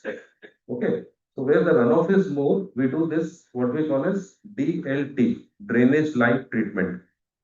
So our Honorable Prime Minister had given a slogan a few years ago, catch the rain as it falls. So actually we are implementing that. You can see the drainage line here. You can see there is a drainage line over here. So similarly, wherever there is drainage line, we try to catch the rain wherever it falls. And also we do micro catchments in this area, and then we do the plantations. This is done in the summer before the monsoon sets in. And this is a photo of Bhavnagar district wherein the fruit sowing is happening. And then comes the monsoon. You can see that there's 2-meter contours that we do. They're filled with water, and there's a good percolation under the ground, and then we get good germination of whatever we have done. The landscape then looks something like this. This is just the initial phase, and as the growing season happens, it turns completely green into something like this. So this is an example of typical example of how grassland restoration is being done by the Gujarat Forest Department. The team from IGFRI had visited Morbi division, where you had interacted with the DC of Shri Chirag Amin. So this is a photo of me and Chirag standing here. You can see a factory shed here. Morbi is called the China of India. It's a manufacturing hub. It's very well known for the ceramic industry. Bulk of the ceramic tiles and other related products are manufactured in Morbi. It's also known for the Ajanta and Orpat brands, and also many other products are manufactured over there. So this is an industrial cluster, what we call GIDC area, Gujarat Industrial Development Corporation designated industrial area. There was a encroachment in Morbi city just next to this industrial cluster, and the encroachment was removed and the grassland was restored along with the water body. You can see here. The point I want to drive home with this slide is that ceramic industry does a lot of dust pollution, particulate matter pollution. Despite the pollution, despite the industry, despite the degradation which must have happened during the encroachment, waste, dumping of ceramic waste and everything, still with a proper effort, grasslands could be restored back to almost their original state. So it is possible to do it provided we decide what to do and we act on it. This is how this is that Neemtanu process which I said. We have rigorous checks and balances so that the figures of grass is properly maintained and accounted for. And the grasses are stored in godowns, as I said, and also platforms. Now, the government has taken a policy of not storing grass on open platforms because their wastage is higher. So we are going for godown storage. This is a godown going back to the erstwhile princely state of Bhavnagar. You can see the design and the ornamentations on the thing. This is a historical godown we have on the outskirts of Bhavnagar. This is one of the more modern design godowns wherein we are using the industrial grade GI sheets molded without any truss. Because if you put truss and purlins, then you basically waste that much of storage space. So we go for, this is the latest design.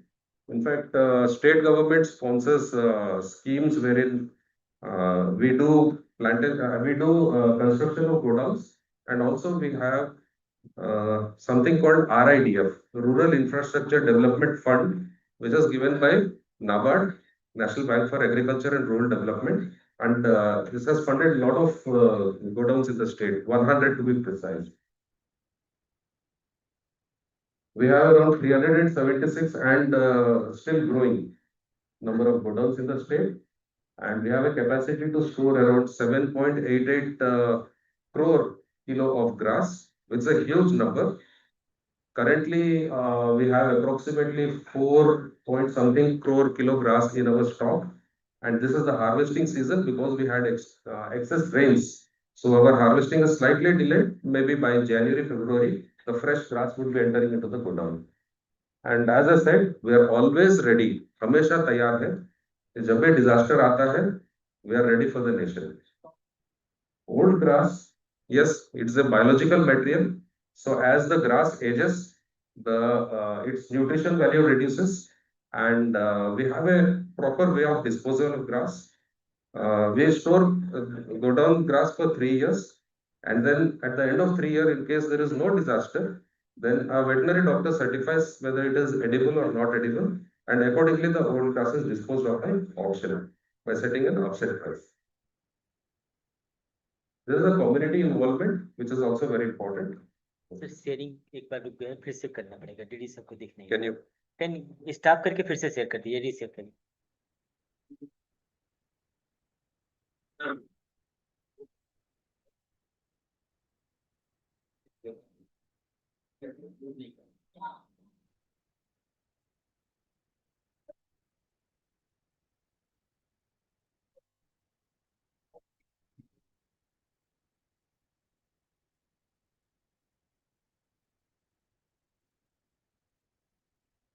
Ready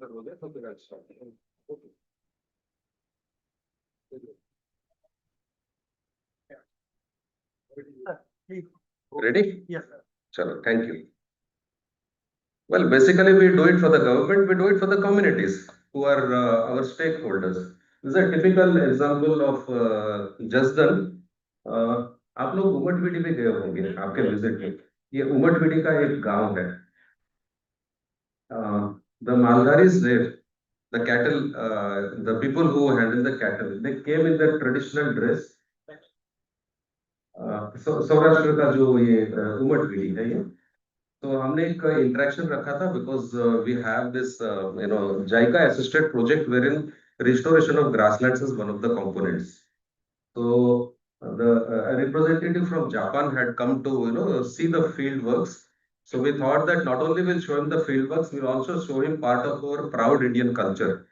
तो जो मालधारी थे वो अपने पोशाक में आए, उनसे मिले, उनके संस्कृति के बारे में बताया. So not only they educated the fund givers educated themselves about the kind of work we are doing, but they could get to know the rich Indian culture and the diversity that we have. And we do community stakeholder meetings on a regular basis so that the conflict with the stakeholders is avoided. The point I want to drive home is that not only grasslands are, for the community, as designed by God, as designed by nature, they are excellent habitats for wildlife. You know that Asiatic lion is the pride of Gujarat. It's the state animal of Gujarat. And the pugmark over there is one of the photographs where it's a lion pugmark basically. So a substantial amount of lions use grasslands as their habitat. And obviously grasslands has a substantial good population of wild herbivores upon which they prey. It's also a good habitat for the leopard. I'll run you through some photographs. This is the one. This is the pride of Gujarat. This is a leopard and a grassland habitat. You can see the black bucks here. You can see nilgai. Okay. And lot of species of grassland birds which are resident as well as migratory.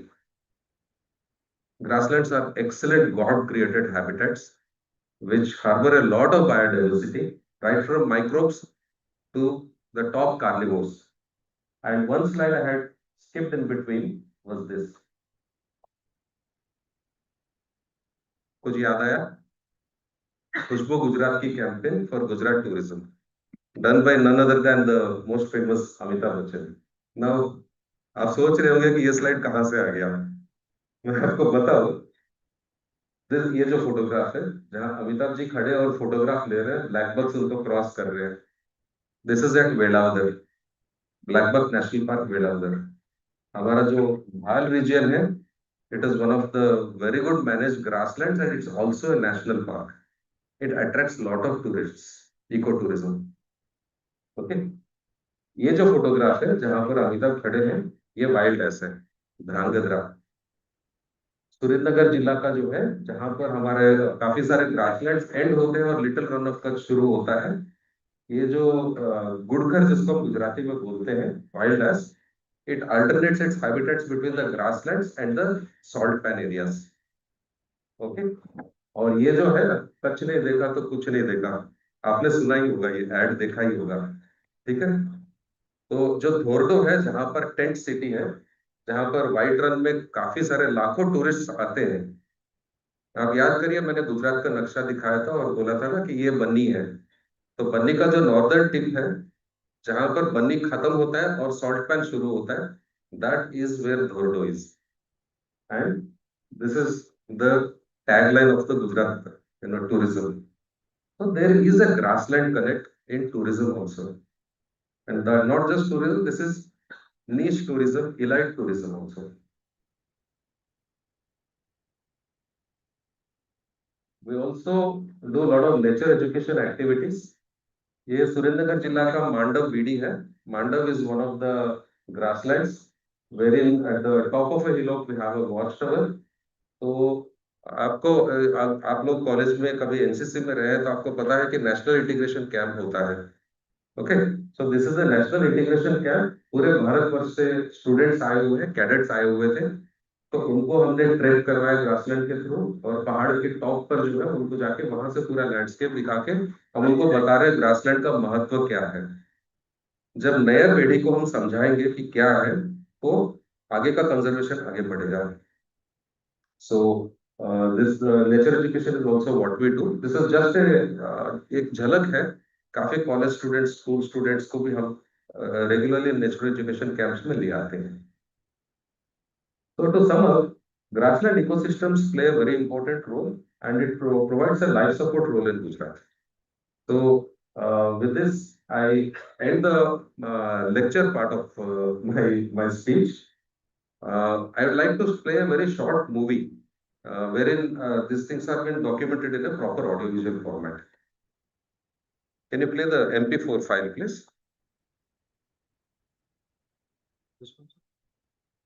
Ji.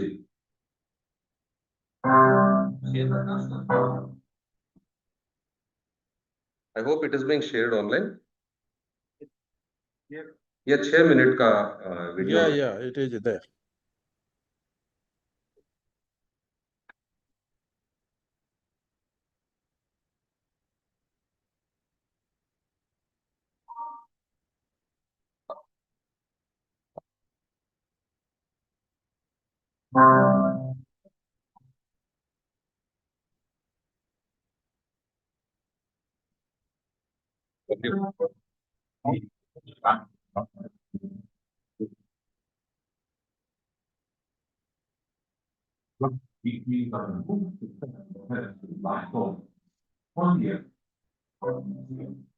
One of the most important natural resources for human beings. They have a major influence on climate through the cycle of carbon and water, which of this and the atmosphere. 35 or 20% of the land on the Earth's surface. Grasslands constitute one of the major biomes in India. Gujarat state has a diversity of physiographic, climate, and hydrology. Out of the total geographic area, only like 1,024 square kilometers, of which the grasslands extend to 8,208 square kilometers. Forest department basically about 1,186.43 square kilometers area as grassland. Gujarat's grasslands are distributed across 3 regions: Kutch, Saurashtra, and Gujarat. Each present a distinct condition. The result are forests have, while non-reserve regions are given to various agencies for protection.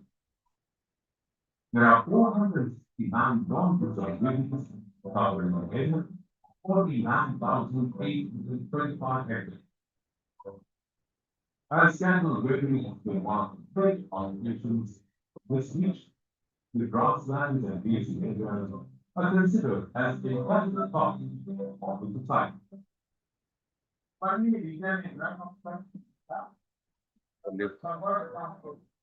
Highly maintained land and reserves where we need in that region.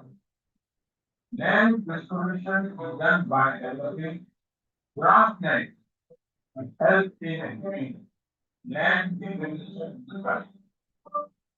It also supports pastoral activities and livelihoods by promoting animal husbandry. One means the largest and farthest stretch grassland is. Other important grasslands are Makar, Raju, Mulberkul, Bamboo, and many other constructions. The state plans on resources in 76,000 hectares of the 2,465 square kilometer was with grassland, which is a high biodiversity area. Forest Department has already restored 9,250 hectares over the last 5 years. I saw the leaders endeavor to reach the target of restoring 26 million hectares of degraded land. Thank you. The grasslands of Central Gujarat are dominated by Bhutna and Rampura of Bharat. Rampura grassland falls from Malwa Plateau, an unprevailing region with valleys and seasonal range proceeds.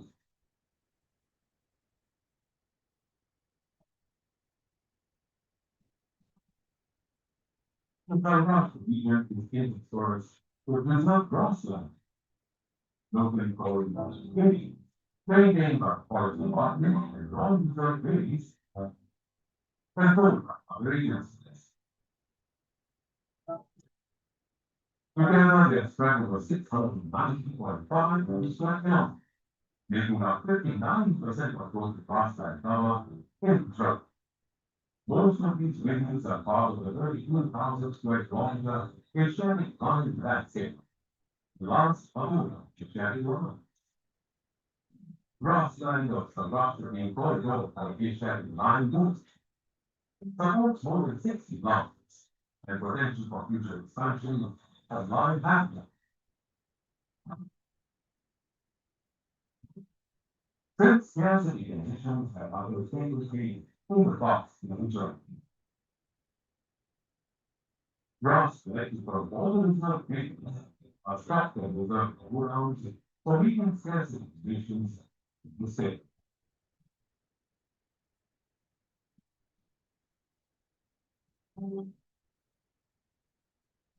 Grasslands of Gujarat acts as an important for both stylists and vertical pine flora and fauna species, including several threatened species.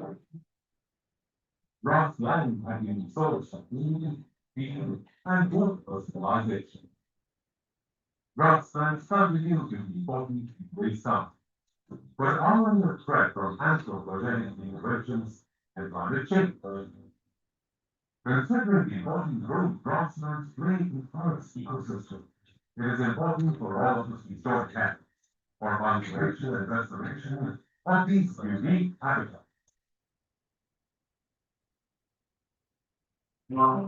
Thank you so much. Thank you.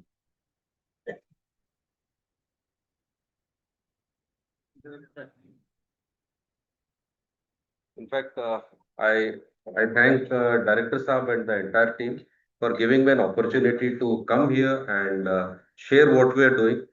And it's an honor on behalf of Gujarat Department. I heartfully thank you.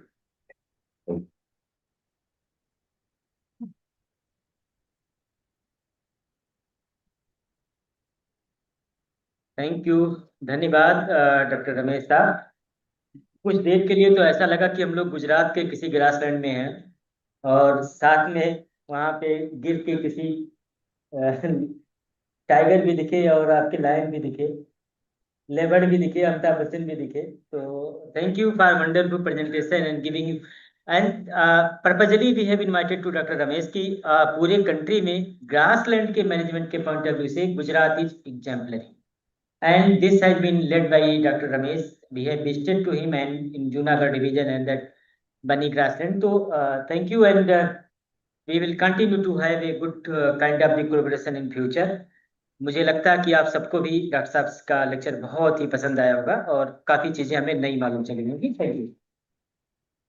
आगे बढ़ते हुए अब हम लोग अपने मुख्य अतिथि महोदय का उद्बोधन सुनने जा रहे हैं। आप सबको मालूम है हमारे उप महानिदेशक doctor Devendra Kumar Yadav sir, DK Yadav sir is known oil seed breeder of the country, brassica breeder of the country, और उनके कंट्रीब्यूशंस किसी को बताने की जरूरत नहीं है। And we are fortunate to have such mentor and guide and our leader as a DDG of crop sciences.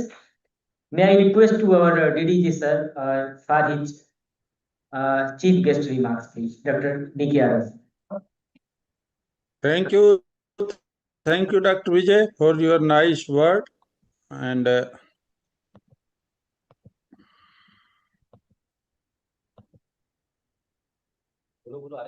so, am I audible?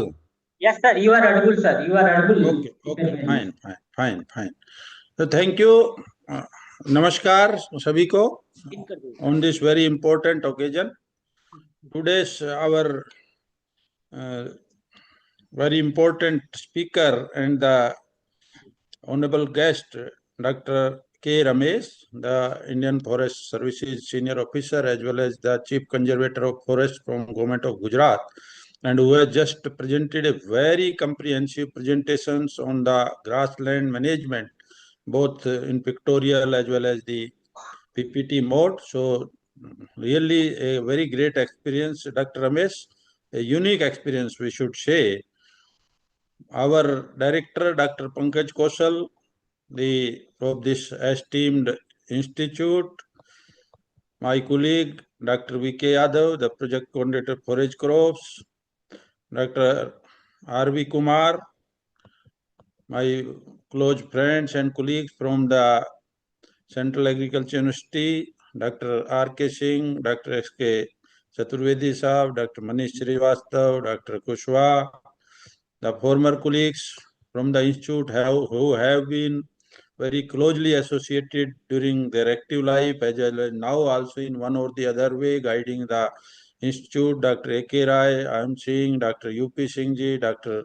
Dwivedi Saab, Dr. Tripathi Saab, all the senior officers from the State Department of Agriculture, from the Ayurvedic College, from the Medical College, the scientists from the Institute, AICRP centers, the KVK colleagues, and the other dignitaries who have joined this program, the head of the divisions, all the current and former scientists of the IGFRI, technical, administrative, finance officers, as well as the research scholars, young professionals, the multitasking staffs, and my colleague, Dr. Mrs. Yasoda has also joined. She is Deputy Secretary in the division.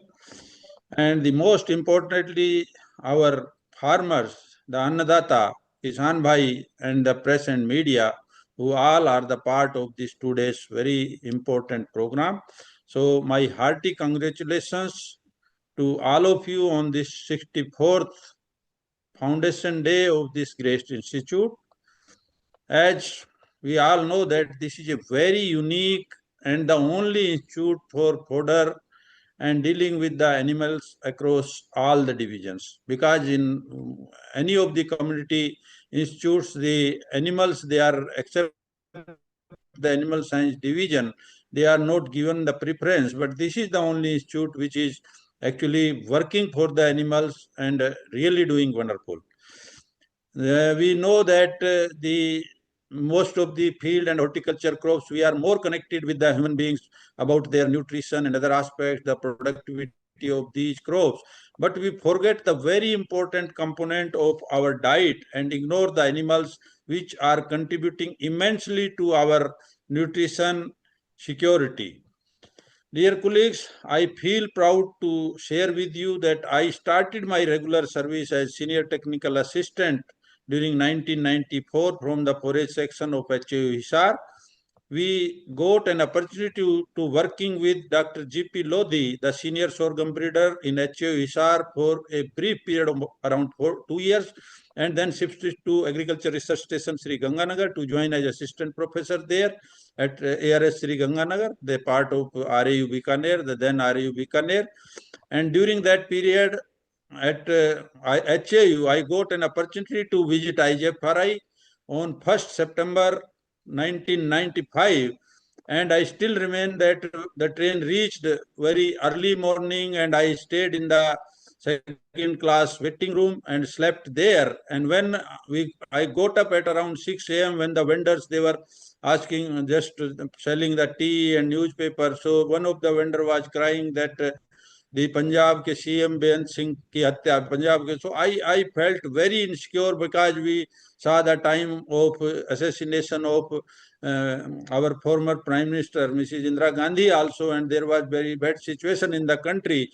But finally, I knew that my colleague, our senior, Dr. Sultan Singh, who is still there, and Dr. Rakesh Seth, one of my classmates, they were at the IGFRI. And so I was feeling secure, and anyhow I reached the institute, and then I got relaxed there. So that is my first, I think, memory with this institute and working in forage crops. So if we talk that this institute started in 1962 and then with the support of the ICAR-IGFRI, which was established in 1970, ICAR-IGFRI on forage crops and utilization.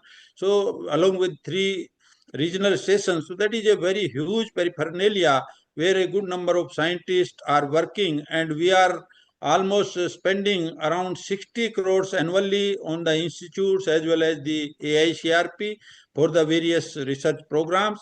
As far as the institute is concerned, Dr. Pankaj has very elaborately presented the achievements of the institute. And if we talk of the last 11 years, so more than 200 varieties have been released by the ICAR-IGFRI program of the various 40 forage crops. And in that, this institute has almost more than 25% share of development of very important varieties, and particularly focusing on the various grasses which are generally ignored by the various institutes, which makes the fodder continuity for the animal grazers and the animal people, our farmers, as well as the nutritional quality by having the various leguminous forage crops also. So that is a great work they are doing. And in addition to that, they are also involved in the number of technologies for the protection in addition to varieties, and some of our scientist colleagues, they have been honored today for those technologies which have been developed during last 1 year. So Dr. Pankaj very nicely told that there was a time when we were having almost 50% of the fodder scarcity, which we have now brought down to almost 11%, and the target which has been set by the institute, that is 7 to 8% during the next 5 years. And I hope and I'm sure that this deficit or the gap which is there between the demand and supply, that will be, I think, completed. And in some of the states, the demand and supply gap is varying from state to state, like in case of the green fodder, in case of Jharkhand, Andhra Pradesh, Uttarakhand, Jammu Kashmir, West Bengal, and Rajasthan, there is more than 33% gap in the demand and supply of the green fodder. In some of the states like Jharkhand, it is around 65%. In Andhra Pradesh, it is 62%. Likewise, when we talk of the dry fodder, so again, there are huge gaps in West Bengal to a level of 66%, Andhra Pradesh 61%, Bihar around 57%, and Jharkhand also 53%. There may be some variation in these figures with the updates and the progress which have been made by our colleagues. So the institute is exploring all the avenues to fill these gaps. And in this regard, the state-specific fodder plans have been developed, and they have been shared with the states, and they are being implemented with the collaboration of all the states. I think that is a very good step taken by our institute, and they are very closely working with the states for implementation of that fodder plan. And definitely, once those plans are implemented, so when we are talking about the 11% gap, or we are targeting for 7-8% gap, so definitely we will be having almost less properly by the different states. Department of Animal Husbandry and Dairying is supporting the seed production program and scaling up the various varietal and production technology in a big way. And recently, I should congratulate all the institute along with the leadership of our director, that a mega collaborative project under the public-private partnership of more than 40 crores that has already been launched. And I think through that program, we will definitely be improving all the state-of-art facility of the institute, the field as well as laboratory facilities, and the particular crop which has been chosen. So in addition to that crop, we'll be having the advantage of those facilities and funding for improvement of other crops also. And that will, I think, that is a very landmark achievement in getting such a huge grant one time for the improvement of the fodder crops. And that is a unique example, and I think the first of its kind in the country. So in addition, with all these achievements which we have shown and we are discussing and encouraging our all scientists and the institutes, so we have still some major challenges. The one is as I have mentioned and Pankaj also mentioned in the morning, that is the gap between the green dry fodder and its demand and supply, and as well as its quality also, because quality is also a very important component. The second challenge which I think we should address is the production and productivity of the livestock is quite low due to the inadequate and nutritionally unbalanced supply of the food and fodder. So the animal science institutes are a requirement which they need, so that the productivity of the cattle they can be enhanced. We are today the largest population, having the largest population of the animals in our country. So for that, definitely we need to look into, since the feeding alone accounts for 60 to 7% of the total cost of the milk production, the availability of adequate nutritious fodder coming from the cheaper sources also assumes a very greater importance. So our focus should also be towards that, so that as our honorable Minister Saab is always referring, that the enhancing the production, reducing the cost of production. So in that direction, the institute should think over, so that the input cost of the farmers for the green or dry fodder that can be reduced, and that mechanism should be sought out. We all know that there are the droughts, the fodder scarcity, what Dr. Ramesh was also showing very nicely, for the other purposes, and the increasing pressure on the cultivated lands for food crops, industrial uses, increasing the livestock population has further widened the gap between the demand and supply. So for which definitely we need to emphasize, and in addition to that, due to the climate change, so many emerging insect pests are also coming. And one of the example in case of sorghum and millets, as well as in maize, we saw the outbreak of fall armyworm 4 or 5 years back, the pod borer and parasitic weeds like cuscuta. So they are also becoming hindrance for the, I think, production of the various forage crops. So in that direction also, we should take that also as a challenge, and we should work on that. For that, definitely we have to develop the climate resilient and biofortified varieties, and biofortification should be a focus, I think, in almost all the crops, so that the whatsoever we are getting, that should be the product coming from those crops and coming from the animal. So they should also be having the biofortified level high enhanced. The dry and green fodder yield is generally, in comparison to international, I think, levels, we are much lower. Earliness is also one of the required component in our program, so that the farmers, because many times the farmers are taking a piece of land for the production of fodder, and they want that the cropping intensity should be higher. So in that direction also, the farmers can use those short duration varieties.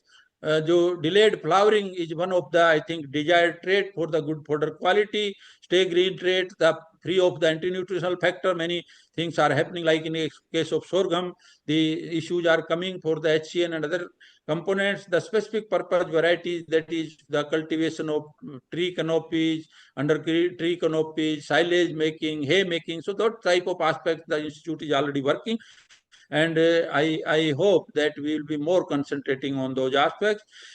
We know that the genetic base in most of the forage crops is very low, and that's why the yield and quality aspects, they are not happening very well. So the pre-breeding is one of the very important tool, and we have been emphasizing for last 6-7 years that yes, the institute should stress upon the pre-breeding aspects, so that the good material with the introgression of the various wild genes which are desirable for the economical importance and on those traits. So that should be, and even if we need to have some outside germ plants, so the imports for the germ plants, that should be also, I think, initiated by the institute. The other points is regarding the varietal replacement, seed replacement rate. So those are also very important component. Once we have developed the variety, if we are not taking its seed to the farmer's field, its planting material of the various grasses to the farmers' fields, and many times the complaints are coming to the headquarters also. So my request will be that we should be very proactive in providing the seed and planting material to the farmers, so that the latest varieties, high-yielding varieties, the good quality varieties, hybrids, and the planting materials of those seeds, they can reach to the farmers. There are many schemes to support the seed program. The National Livestock Mission, we already know, and seed village scheme of the Ministry of Agriculture also, that is supporting for the seed production. And recently, I think the Animal Husbandry Department has a meeting, and Dr. Pankaj attended that meeting, and they were very favorable for actually supporting our research as well as the seed production program, in addition to NLM, where some of the activities they have been seized now, and he has assured to restore those activities under NLM so that our seed program is actually supported. And now, as we know that the using regularly the various chemical fertilizers and other things, they are degrading the soil, and environment hazards are there, and ultimately the cattle, they are using all those materials directly. So in that case, the use of biologicals, various microbial consortia are there. They can also be used for the increasing the tolerance to water stress, enhancing the nutrient use efficiency, the biofertilizers, the biopesticides, and the that stimulants. I think they should also be made part of this forage production program, and we should also follow the IPM modules which have been developed by our institute, so that the good quality fodder without any pesticide, without any chemicals, that can reach to the animals, and ultimately the product which are coming, and even the health of cattle, that can also be maintained. The production technology needs for the particularly the precision farming, where now the various water saving devices are used, that the sprinkler, the drip irrigation system, and even the natural and organic cultivation is also being discussed. So in most of the grasslands which Dr. Ramesh has just shown, that is all the natural cultivation of the forage crops, and in that direction also many quarters of the society, they are asking for the pure organic material. So that will start from the fodder also, because when we animal products will come, so fodder is also should be under the organic cultivation condition produced.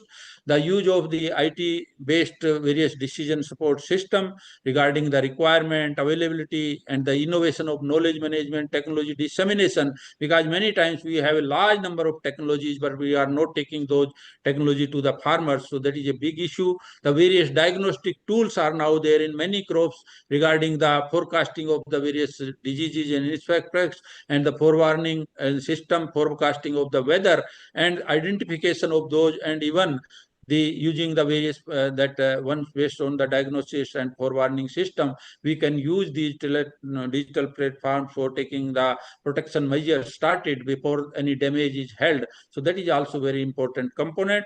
Awareness, as I mentioned, about the various varieties, the various other technologies that to the farmers, and ensuring the breeder seed to the farmers, that is our mandated activities, and the institute along with its AICRP centers and our regional stations, with the help of the KVK state agriculture universities, we should, I think, do a lot of work on that, so that the new varieties can reach to the farmers in minimum time.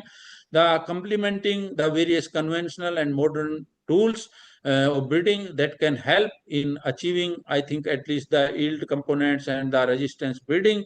Mechanization part is again a very poor part, and many times we see that because of the shortage of labor and other things, when a person is going for a large scale or commercial cultivation of the various forage crops, so they are facing difficulty. So in that aspects also, because we are sending nowhere, so that we need to work on that. The complementarity of the knowledge and the other facilities of other institutes. So we have a good number of institutes in crop science division, and many institutes are very much relevant to this institute, the Indian Institute of Wheat and Barley Research, which are contributing a major part for the fodder, the straw of wheat, which is coming. Indian Institute of Maize Research, Institute of Millets Research, Indian Institute of Pulses Research, the forestry research in your vicinity itself, and the oil seed crops. So these are the crops where these can also be explored, and maize and sorghum are already the part of our program. So the very close collaboration in terms of using their oxygen facilities, their laboratories, and the other strength which they have. So complementation of our strength is requirement of the day. And today's presentation by Dr. Ramesh, I think that again is an eye-opener that how they have managed the grasslands in Gujarat, and we should learn a lesson, and we should have a very close collaboration with the various state department of forestry, so that we can learn and we can also help in that by providing some of the important species. Long back when the bunny grass was, I think, mentioned by our honorable Prime Minister, then whole of our team visited that site, and this type of, I think, regular collaboration should happen between the various state department of forest and the Forest Institute, as well as our IGFRI also. We are now working for testing, change of the various testing protocols for their effectiveness, for enhancing the productivity, and to have the climate resilient and that resilient or tolerant varieties and hybrids for the various biotic and abiotic stresses, and putting some benchmark for that, so that the farmers can get the good varieties. So we all feel proud of a very significant progress made in past and during the current year in terms of all the areas like the varieties, the technologies, the seed production, and the various, I think, apps, etc., which they have developed. And I compliment the institute director as well as the whole team of the institute who have contributed immensely. You friends, you all know that the Foundation Day is not only to celebrate and to have a get together, but it is a day to introspect ourselves also.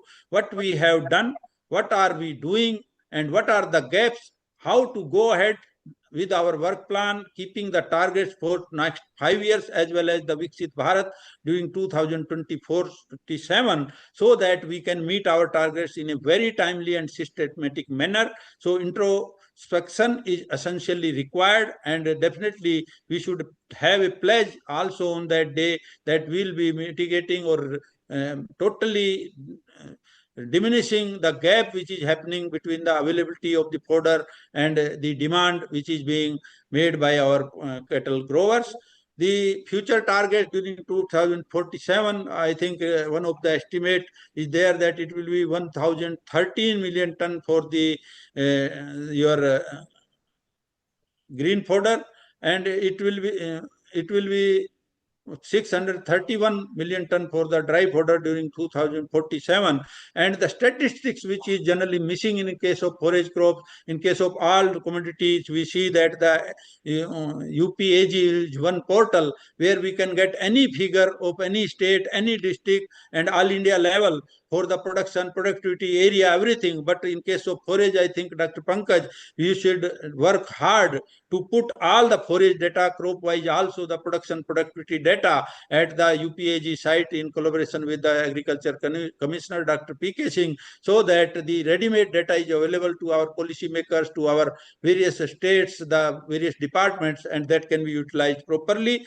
The scientists and staff for bringing this institute to new height, and and all our peers also, because they have been the actual workers at that time who established under the very scarce facilities, very little budget, a very less knowledge, and they have brought this to this level. And now it becomes to our responsibility that we have to speed up their efforts to make the country self-reliant in case of fodder sector.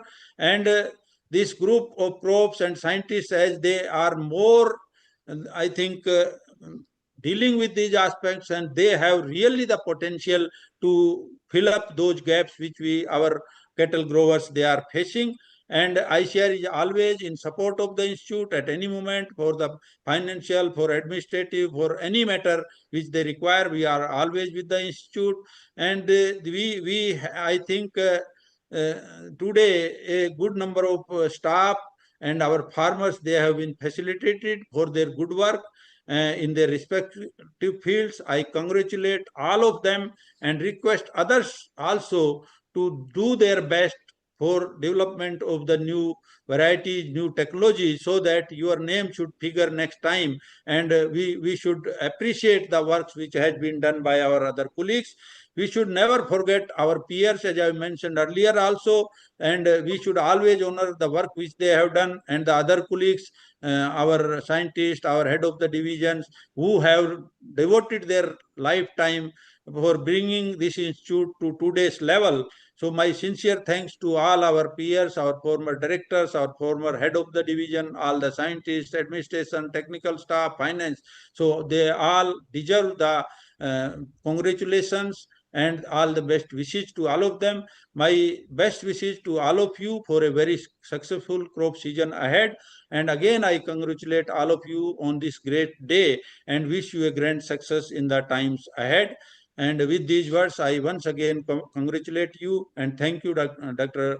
Pankaj, for very nicely steering the institute, and my compliments to all the scientists, the project coordinator, the head of the divisions for the nice work which they are doing. So with these words, I thank again and namaskar.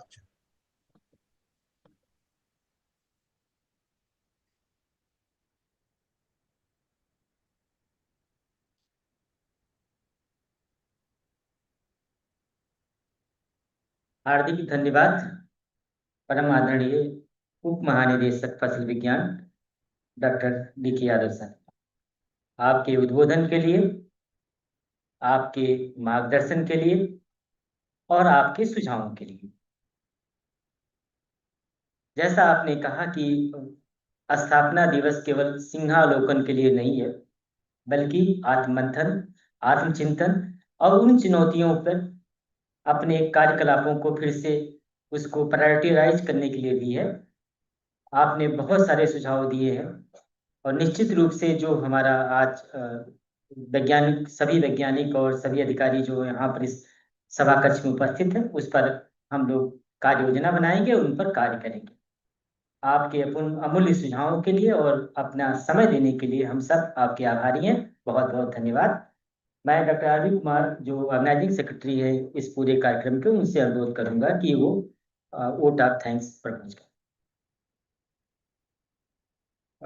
मैं अपनी जिम्मेवारी vote of thanks के लिए यहाँ आया हूँ, लेकिन हमारे जो आज के चीफ गेस्ट थे डॉक्टर डी.के. यादव सर, मैं जिन लोगों का नाम ना बोल पाया, उन लोगों का नाम भी वो बोल पाया। तो सबसे पहले धन्यवाद तो मैं अपने चीफ गेस्ट का देना चाहूंगा कि मैं जिनको ना बोल पाया, जिनको ना पहचान पाया, डॉक्टर साहब ने उनको भी पहचान के सब लोगों का नाम लिया। तो सर, आपको सबसे पहले तो आपको मैं धन्यवाद देना चाहूंगा कि आपने किस तरह सब लोगों को पहचाना। मुझसे कुशवाहा जी का नाम छूट गया, मुझसे राय साहब जी का नाम छूट गया, बहुत सारे लोगों का नाम छूट गया, लेकिन आपने उन लोगों का नाम बोला। इसके लिए सर हम आपके बहुत बहुत आभारी हैं और आपका धन्यवाद करते हैं कि आपने, ये लग रहा था कि शायद आप अभी हॉल में ही बैठे हुए यहीं पर, यहीं से बोल रहे हैं और हम लोग सुन रहे हैं आपको। ये नहीं लग रहा था कि दिल्ली और झांसी के पीछे भी दूरी है। तो सर, आपका इस जुड़ना इस प्रोग्राम में हम लोग के लिए बहुत ही एक आगे के लिए जो हमारी रणनीति होगी उसमें काम आएगा। और हमेशा हम आपकी मतलब ये कहते हैं कि सर, अच्छा कहते हैं वो भी कहते हैं, अगर हम लोग को बुरा कहना होता है वो भी सामने कह देते हैं। तो एक अच्छी चीज है, एटलीस्ट कम से कम जो हम लोग को अच्छा या बुरा दोनों का पता चल जाता है। तो सर, आपको बहुत बहुत धन्यवाद सर, आप इस कार्यक्रम में जुड़े। धन्यवाद मैं देना चाहूंगा डॉक्टर रमेश जी को, जो मैं भी गया था 2022 में, इनके बन्नी ग्रासलैंड को देखा था, मोरबी गया था, जूनागढ़ गया था, और किस तरह वहाँ उन्होंने काम करते हैं उसी चीज को आज इन्होंने दिखाया। और मैं कोशिश करूंगा कि शायद इस संस्थान के साथ हम लोग का कुछ कोलैबोरेशन भी बाद में बनेगा। आपको भी सर बहुत बहुत धन्यवाद।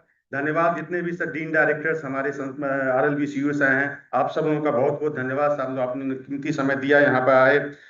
हमारे ICR से मैडम आई हैं, आपका भी बहुत बहुत धन्यवाद। आप सुबह से हमारे प्रोग्राम में जुड़ी हैं, आपका बहुत बहुत धन्यवाद। जो हमारे डिफरेंट आयुर्वेदिक कॉलेज या जो हमारे हॉस्पिटल्स, जो हमारे 10-11 जैसे हॉस्पिटल्स हैं जिनको हम लोगों ने रिकॉग्नाइज कर रखा है, उनमें से भी कुछ लोग आए हैं, उनको भी बहुत बहुत धन्यवाद।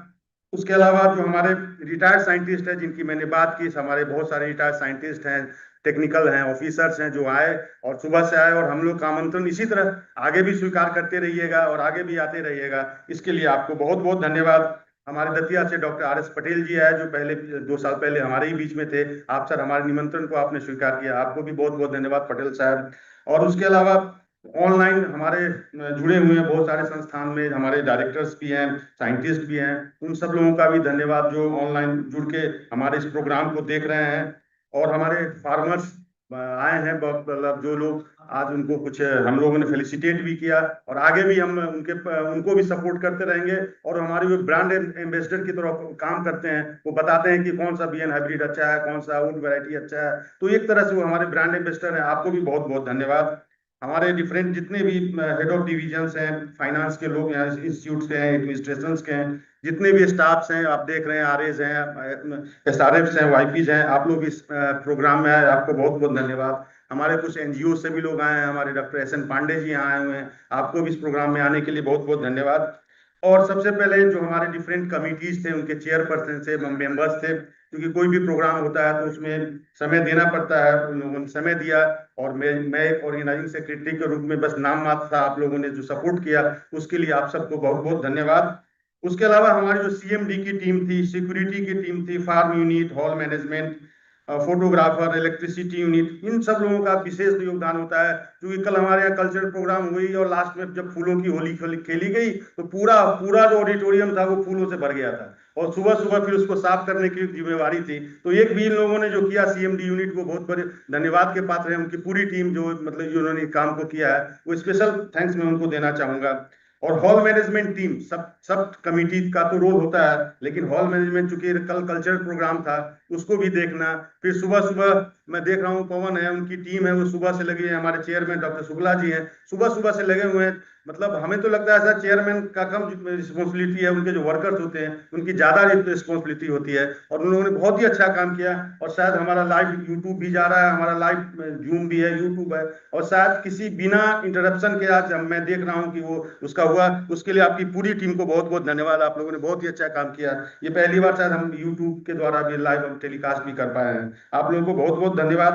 हमारे प्रेस एंड मीडिया के लोग हैं जो आए, उनको धन्यवाद। और लास्ट में इसलिए कि डायरेक्टर को लास्ट में ही धन्यवाद दिया जाता है, क्योंकि वो तो ठीक है, डायरेक्टर का काम होता है वो करवाना, लेकिन ये वैसे डायरेक्टर हैं जो कभी ये मतलब ज्यादा बोलते रहे हो जाएगा, करते रहो, कहते ही आप लोग जब है तो हमें क्या करना है। तो एक सब चेयरपर्सन को यही कहते हैं कि आप लोग करते रहिए, हमें क्या करना है, आप लोग नहीं कर पाओगे तब हमें बताना। तो इस समय हम लोग को कहते भी कि नहीं कर पाओगे, इसका मतलब you are not able to do, तब हमें बताना। तो इसीलिए सब लोग स्पेशल लेते हैं और काम करते हैं। तो सर आपका बहुत बहुत धन्यवाद, आपने ऐसे फ्रेंडली हम लोग को ट्रीट करते हैं।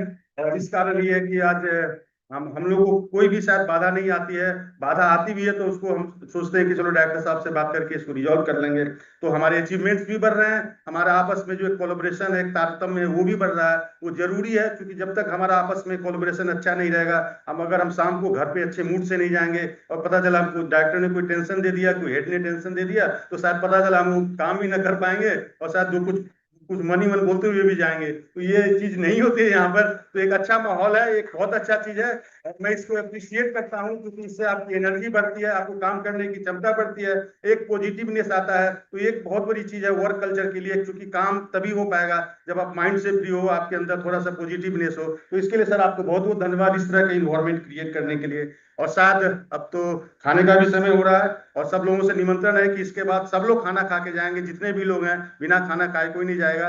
कैंटीन में व्यवस्था, और सब हम लोग कुछ जो आप लोग हैं गेस्ट हाउस में आइएगा तो। हाँ, डीडी साहब को हम लोग लंच में मिस करेंगे सर, तो जब आइएगा तो सर आपका लंच ड्यू है हम लोगों के यहाँ से। तो ठीक है, अंत में सभी लोगों को, जितने भी लोग इस हॉल में बैठे हैं या बाहर से जिन लोगों ने सपोर्ट किया या जो बाहर से जुड़े हैं, उन सबका धन्यवाद, और हमारे डीजी साहब को विशेष धन्यवाद। Thank you sir. चलो नमस्कार जी। अब हम लोग नेशनल एंथम के लिए थोड़ा खड़े हो जाएं। पहले कि नेशनल एंथम खड़े होने सर, मेरे साथ जो दो बंदे 24 घंटे मेरे साथ खड़े रहे, डॉक्टर आरवी कुमार और डॉक्टर विजय यादव, इनके लिए तहे दिल से शुक्रिया। और